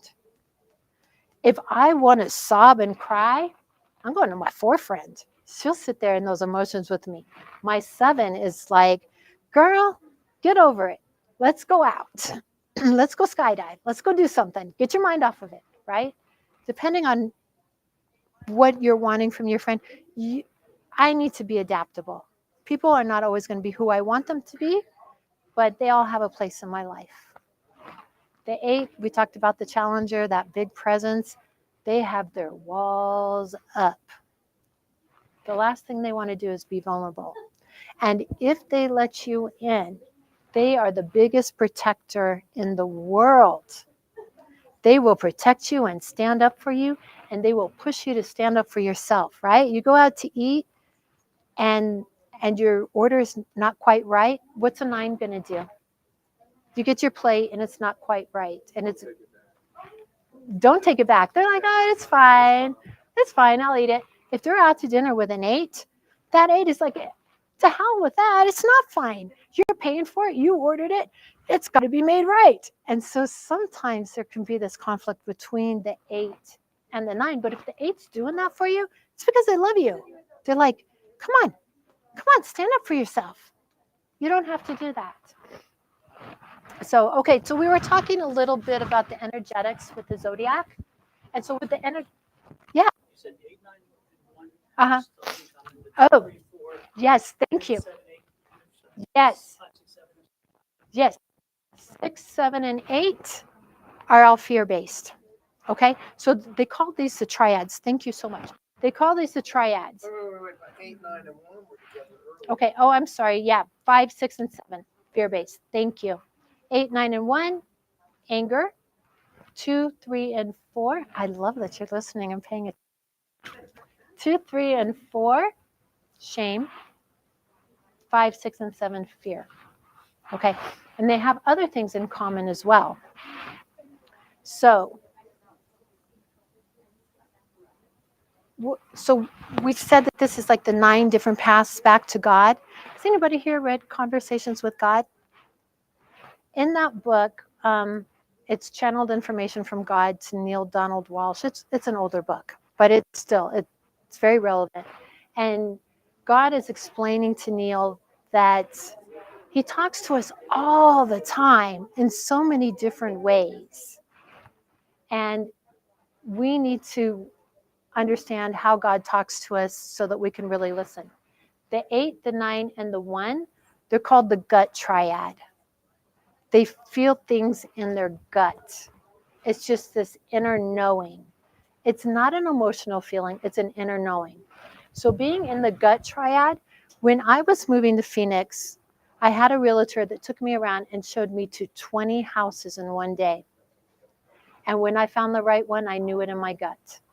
It's this house or none of them. We will start all over again tomorrow if you don't get me this house. This is where I'm meant to be.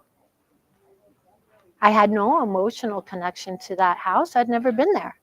I had no logical connection to that house, but my gut knew that's where I was supposed to be. I had that experience too. I can tell you the exact spot. Okay, great. Yeah, and you just knew, right? I just got the chills. So do you identify with any of these numbers? Do you? Okay. And let's see. The 2, the 3, and the 4 are the most emotional numbers. They're heart-centered. They're very much heart-centered. So if I'm having a conflict with a 2, a 3, or a 4, I'm going to ask them, how do you feel about that? I would not ask a 5. How do you feel about that? What do you think about that? You got it.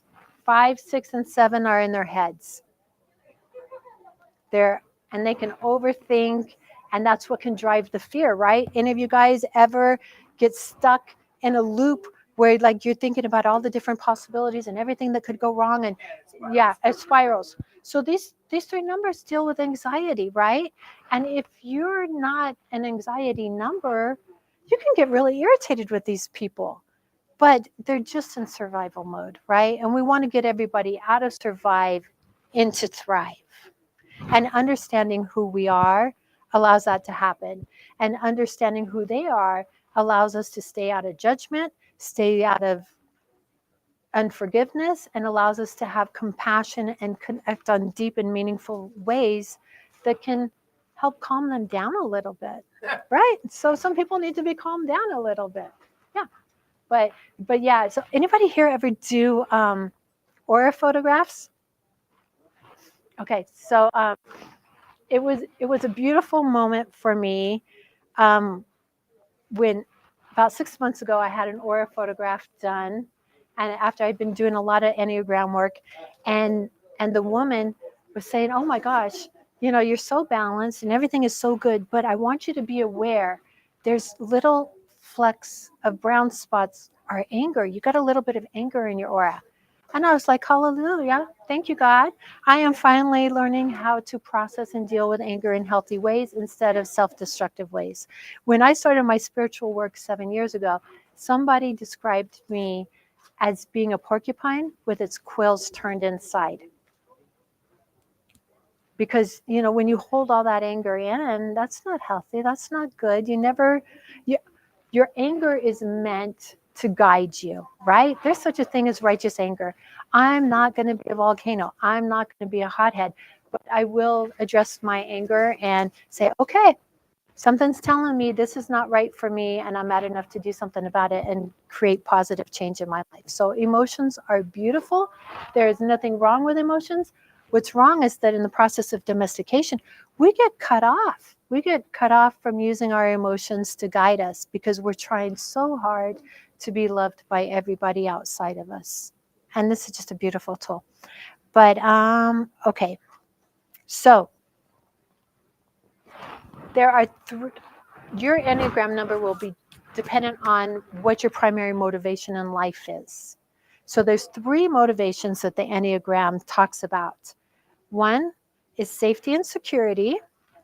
2, power and control. 3, love and affection. So primary motivators in life. Safety and security. Safety and security, power and control, love and affection. And that's going to kind of help drive you. And you're going to make your decisions from there, right? You need to. So would that relate to these 5, 6, and 7 are in fear? So that they probably are driven by safety and security. Yeah. So what we're getting at, and the top 3. Well, you know what? We can be any of those within ourselves. Some of the things are flexible within the Enneagram. And we got to remember that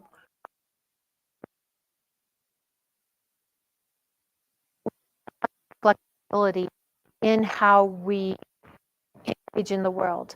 And we can, at some points in our life, you guys with Maslow's hierarchy of needs. Okay.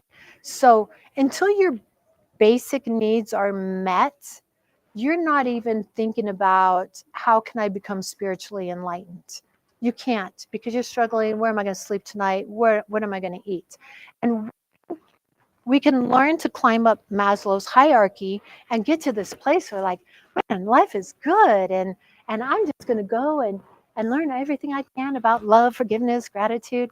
And then what happens? Your wife leaves you, or you lose your job, and your safety and security is gone, and you've tumbled down off that pyramid, and you're down at the bottom again.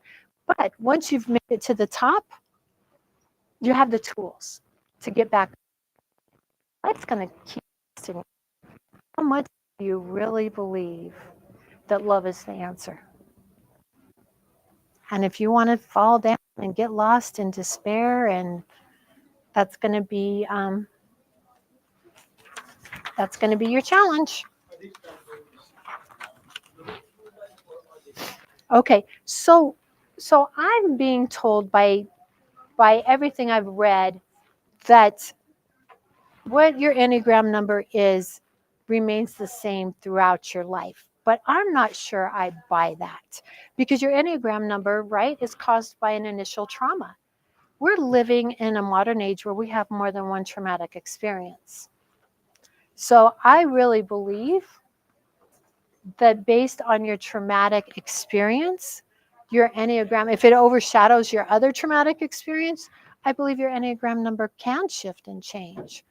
But going back to the astrology, whatever your primary number is, and you got to remember, you have a little bit of all of these qualities within you. We're just talking about what's your dominant qualities, what's your dominant personality characteristics. Just like in astrology, we don't just have Taurus in us. We've got every astrological symbol somewhere in our chart. It might not be the most dominant, but it's there somewhere in our chart, which is why we have a little bit of all of this within us. We can relate to all the different numbers, but once you get to the elevated consciousness, you can decide what do you want to cultivate the most in. And that is better than another number, right? Everybody wants to be a 7 though, right? 7 is the life of the party. You know when a 7 shows up in the room, you know.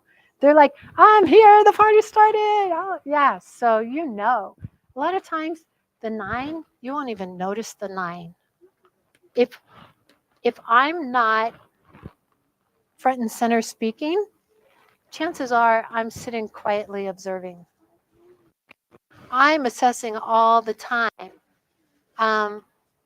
Is this a safe person to be around? Are they going to create conflict in my life? I don't like conflict. It takes me a while to warm up. Oh, you're safe? Okay, good girl. Let's go. Let's go out dancing or whatever. But until I assess that you're not going to be a rageaholic, creating disruption and chaos in my life, I'm going to sit quietly back and watch you. But that keeps me as a lower energetic vibration. It's not your level of consciousness when I'm talking about energy with the Enneagram. I'm talking about physical energy. Who has the most energy to engage in physicality?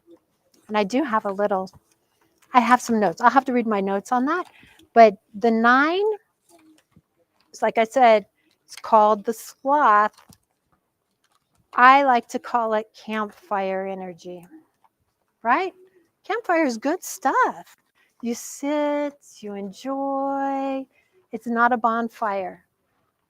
A 7 is a bonfire. A 9 is a campfire. So I want to say, Dawn, I think I'd switch. I really feel like when I was younger, I would have been the guy coming in the room. Look at me, I'm cute. Yeah. But I wasn't necessarily a 7, but somewhere in that 5, 6, 7, I can relate to that in my younger life. Almost like I feel like that was another life. But yeah. My spiritual practice, I feel like I'm up here towards the top, Mm-hmm. and I use my gut a lot. Yeah. Yeah. You as you become more spiritual, you do become more connected to being able to hear that. So there's hope for my crazy 17-year-old. There's hope. Okay, so I'm going to put on my reading glasses that I'm usually too vain to wear, and we're going to go over the energetics because I think that's important and that helps people really identify. And most people don't really, if you get an Enneagram book, they don't really explain this as well. There's a gentleman. This is not my brilliance. This is Dr. Tom LeDoux. He's on YouTube. He's on videos where they place the different personalities in different settings and just look at the ridiculousness of the behaviors. So you can have a lot of fun with it, but you can also use it to do your shadow work, which is really, really important. Okay, so the 9 is described by Dr. as the infant or old lady energy. I like campfire energy. Is there anybody here that's ever gone to Orange Theory Gym? Okay, so like when I think about the Enneagram energy levels, Orange Theory is crazy. I did a mindful eating presentation one time for them. You walk in, they strap something on your wrist. There's TVs up there where it's showing everybody else's how fast their heart rate is or what their calorie burn is or whatever. And it is nonstop go, go, go, go, go competition. One, the perfectionist would go to Orange Theory. 3, the achiever who wants to be at the best gym is going to go to Orange Theory. And 8, the high energy 8, aggressive, lots of testosterone, will be at Orange Theory. I am a 9. I am at Mountainside Fitness doing core on the floor. Don't make me do any cardio. Don't make me lift anything more than 5 pounds. I am a 9. I am an infant energy. That's me. Okay, so 2, we've already said, is the energy of the mom or the caretaker. The 3 is the energy of the oldest child. Anybody here have kids? Is your oldest like more overachieving than the youngest? Is that a natural? Ah, yeah. Okay. The 4 has the emotional energy of the middle child, right? The one that's left out, that doesn't feel special.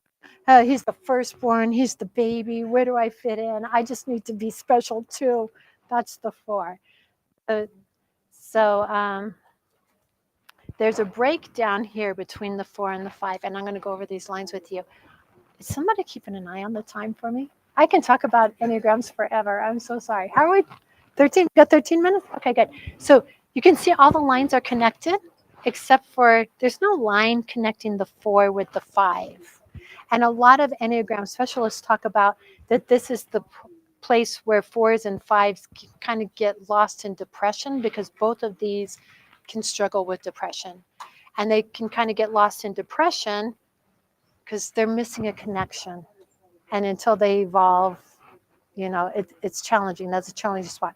But Dr. Tom LaHue, when he talks about the break between the 4 and the 5, he says this is the spot where the Enneagram transitions out of the family style energy into the energy of peer groups.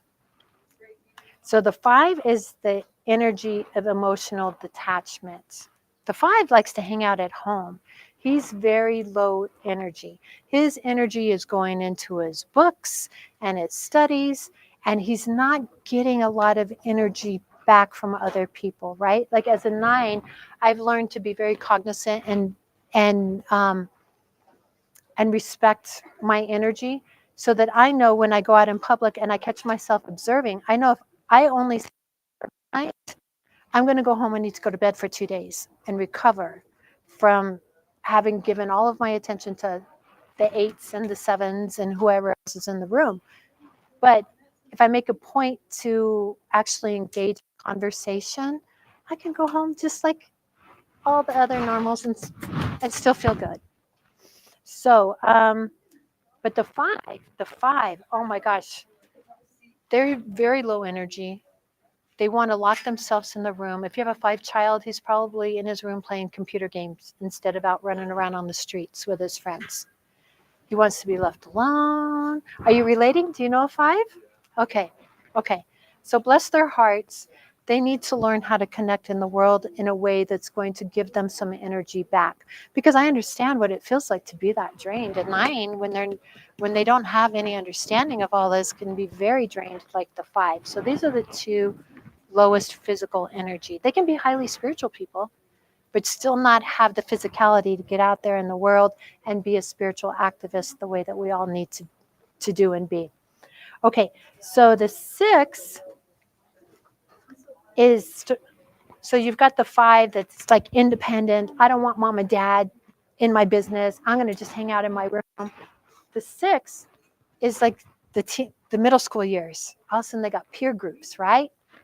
And they want to have strong connections to groups. Religion, politics, unions, whatever it is. They feel safe in groups. And 7 is focused on, I don't want to do what everybody else is doing. That's boring. So right, they're maturing. I don't need to be a pack animal. I am maturing into my own energetic self, I need to find something that's exciting and different. And they kind of branch out onto their own. And the 8 is the first independent adult energy. I'm an adult. I don't need anybody telling me what to do. This is my fence. Don't come in.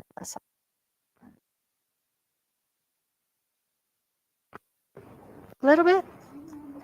Okay. So like we were talking about with the zodiac, the merging of the energies, how this happens in the Enneagram is that they call them the wings. Whatever numbers are on either side of a number would be the wings. And so they say, okay, you have this energy, but as a 9, if I needed to, I could lean into my 8 wing and take on some of those characteristics. Or I could lean into my 1 wing and take on some of those characteristics.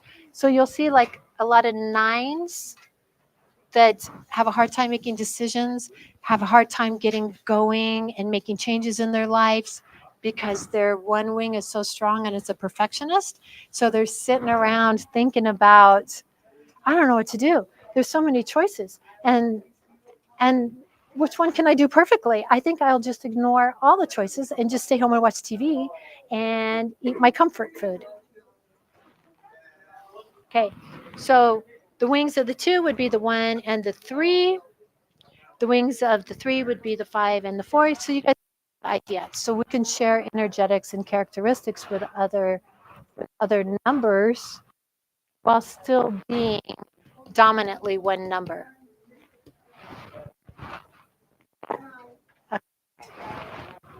So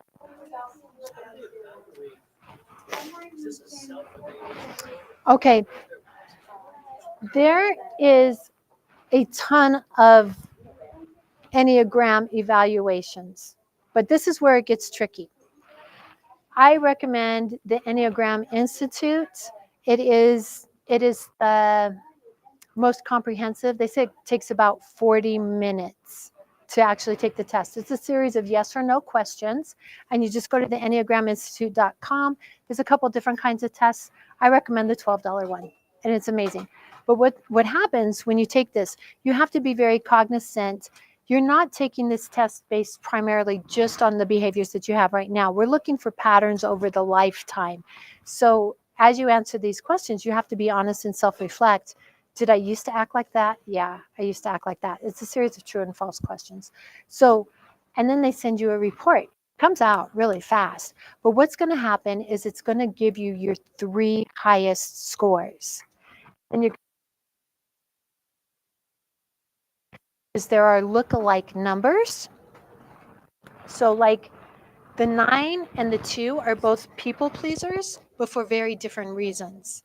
The 2 is begging for love, and the 9 is, yeah, I'll do whatever you want. Just don't get mad at me because I don't like anger. Keep your anger off of me.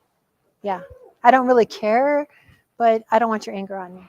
So, and every number will have a look-alike number. But in addition to the look-alike numbers, when we're looking at the lines, we have a stress line and we have a healthy line. So as a 9, when I get stressed out, like if it's really a lot of stress, they disintegrate into an unhealthy 3, which is fear-based, which is why they can't make decisions. The fear is just overwhelming and they're like a deer in the headlights. But when I'm healthy, then my line goes to the 3, the achiever. And then I put together presentations and I go out and I meet people and I write my book and I get excited about life. When I am healthy, I'm a healthy 3. Okay, but every number has their own patterns of where they line up to in health and where they line up to in stress. But you can kind of, if you know what the red flags are, like, holy cow, I didn't realize I was getting stressed, because sometimes it happens very slowly. And when your stress levels are elevating, your personality behaviors start to change a little bit. And then you can have like, okay, I don't want to go further down the spectrum. I'm going to do something about it and make positive change. But everybody has levels. Everybody has emotionally healthy levels.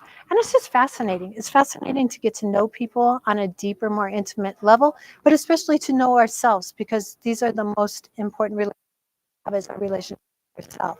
And when we can say, this is the way God made me, or the universe made me, or source made me, whatever you want to say it, it's like, okay, I'm okay with that. I'm not going to shame myself. I'm not going to be angry with myself.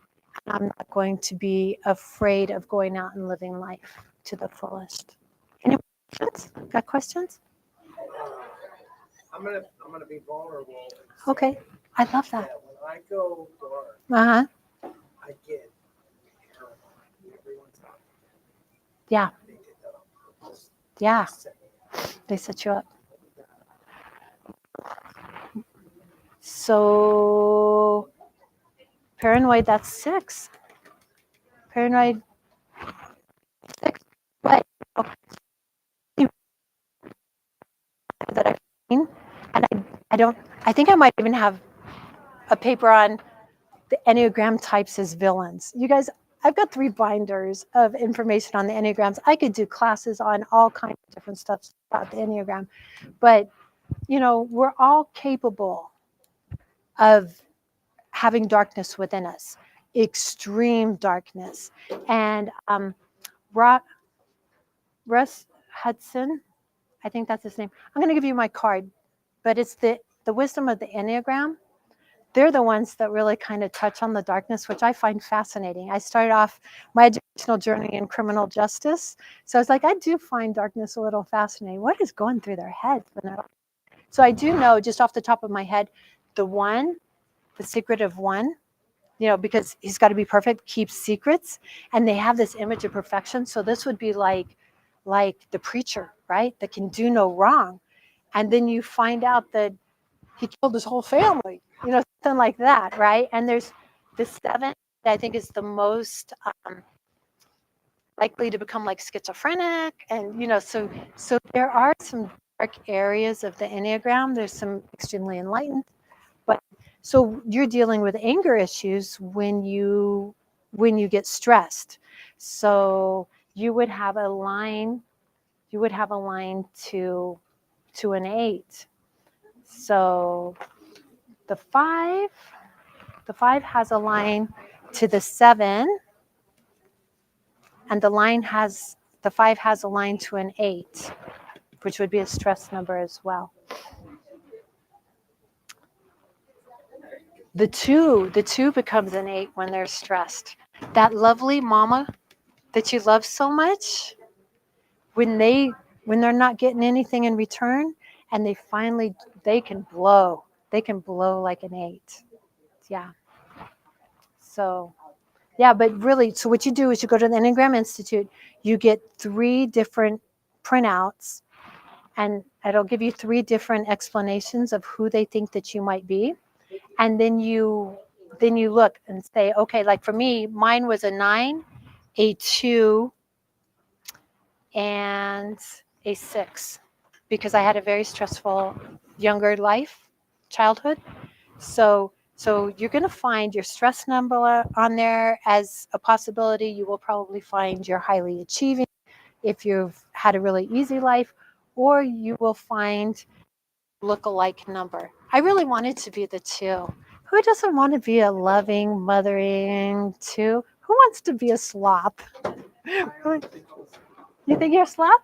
Yeah, but sloth they get to the point where they're highly elevated. You're a core in the floor yoga, restorative yoga guy?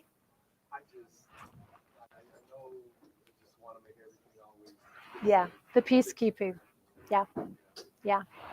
So, and it's okay to get angry. Just tells you where your boundaries are. Yeah, and we don't need to overthink it. But I do have cards, and if you guys are interested in Enneagram classes, they know how to get a hold of me. I would love to do some Enneagram classes. Or if you just want to get your Enneagram done on the Enneagram Institute and you have a few questions to go in deeper, because there are a lot of different trinities and there's a lot of ways to really narrow it down. And I'm happy to help. I love this stuff. It's so much fun. So much fun. But thank you guys for coming. I'm so glad that you're here. And I love that it's during the 1111 portal where all the energy supports being authentic. So there's lots of stuff on the internet. Dr. Tom LaHoo can be hysterical. Okay, I will do that. Remember that if you guys want to see this or any of the speeches or talks today, you can review them at Sonoran Tarot. I don't know which is on YouTube or Facebook. This whole thing is live streamed, so you can rewatch it at your leisure, whichever speech you want, all the different presentations. Oh, that's awesome. So Yeah. you should decide. Yeah. And your wife has my card. Yes. Yeah. Okay. Yeah. Yeah. But So this is something I think would be beneficial. yeah, I mean, I can show you some of my binders and some of the topics I have, because we can sit down and just talk about conflict for a few hours, or I'll let you this is just one of my binders.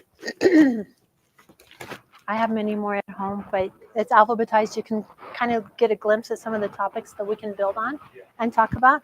But Dr. Tom LaHue is good, but there's also, there's lots of women who do like really funny things. Like, they'll take a situation and put the Enneagrams in a setting. And so like when they were talking about going camping, the Enneagram 1 is going to be the person that gives you all the rules. No shoes in the tents. And number 2 is going to be like, I brought enough food for the whole campground. What do you like? I got it all. And the 3 is like, oh, I'm going glamping, right? They're not, because they got to be above and beyond. And the 4 is going to be out in nature, exploring some aspect that's different than what all the rest of the tourists are doing. That's the number 4. And the number 5 is going to be sitting in the tent with a light reading his book. The number 6 is going to be slapping at the mosquitoes, saying, oh my gosh, I hope I don't catch malaria. Yeah.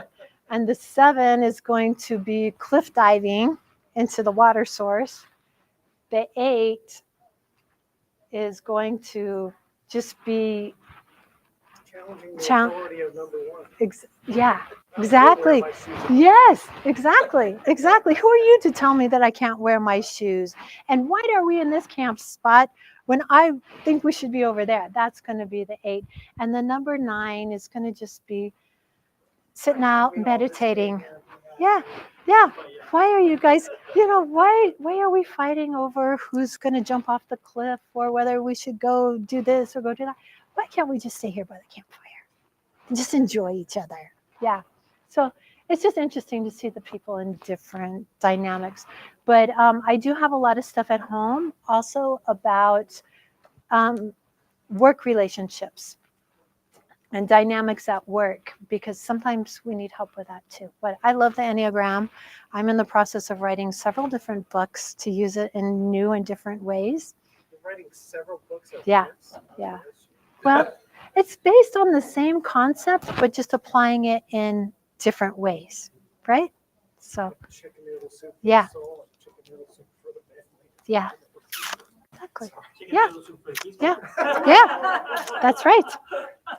So it's very exciting. I do love it. And I do thank you guys so much for being here. It really made my day to be able to share something that I like so much with people that are happy to be here and smiling. So, yeah. Lots of different ways to use the Enneagram. And no, but my mother's from upstate New York, and she taught me how to talk. So I've always gotten that my entire life. Is like, are you from New York? No, I've only been there once. So yeah, I was born in El Paso, Texas, and grew up in New Mexico. Mm-hmm. How funny, where's your mom from in New York? Rochester. No way. Yeah, are you from Rochester? Oh, did you? Yeah. So, yeah. So, but you can hear it. You can hear it. Yeah. Yeah. So, my mom taught me how to talk. Okay. Well, thank you guys so much for coming. I hope I see you all again. I do a variety of different things. I'm not just about the Enneagram. I facilitate book discussions. I used to be an English teacher in a different life, And so, but I do facilitate spiritual book discussions where I pull in psychology and other sources from whatever we're reading. A lot of Toltec stuff, a lot of Hawaiian ancient wisdom I'm very fond of, but also, yeah, we'll do like, we just did The Secret Life of Water. We did The Law of Attraction with Abraham Hicks. What do you mean you sit down and read the whole book and discuss it? No, they have to read at home because, honey, I got and come back and discuss. And if they don't read, that's fine too. We're still talking about the concepts because there's so much to everything that I can't just sit down and read the book with you. If you want to read the book, read the book. If you don't want to read the book, don't read the book. But if you want to discuss the topics and see what psychology and science says to support it, I'm your girl. Come, we'll have a great conversation. Yeah, but it's like a stepping stone, right? But I probably have already 10 book studies that are already completely done out, you know, with like reviews and yeah.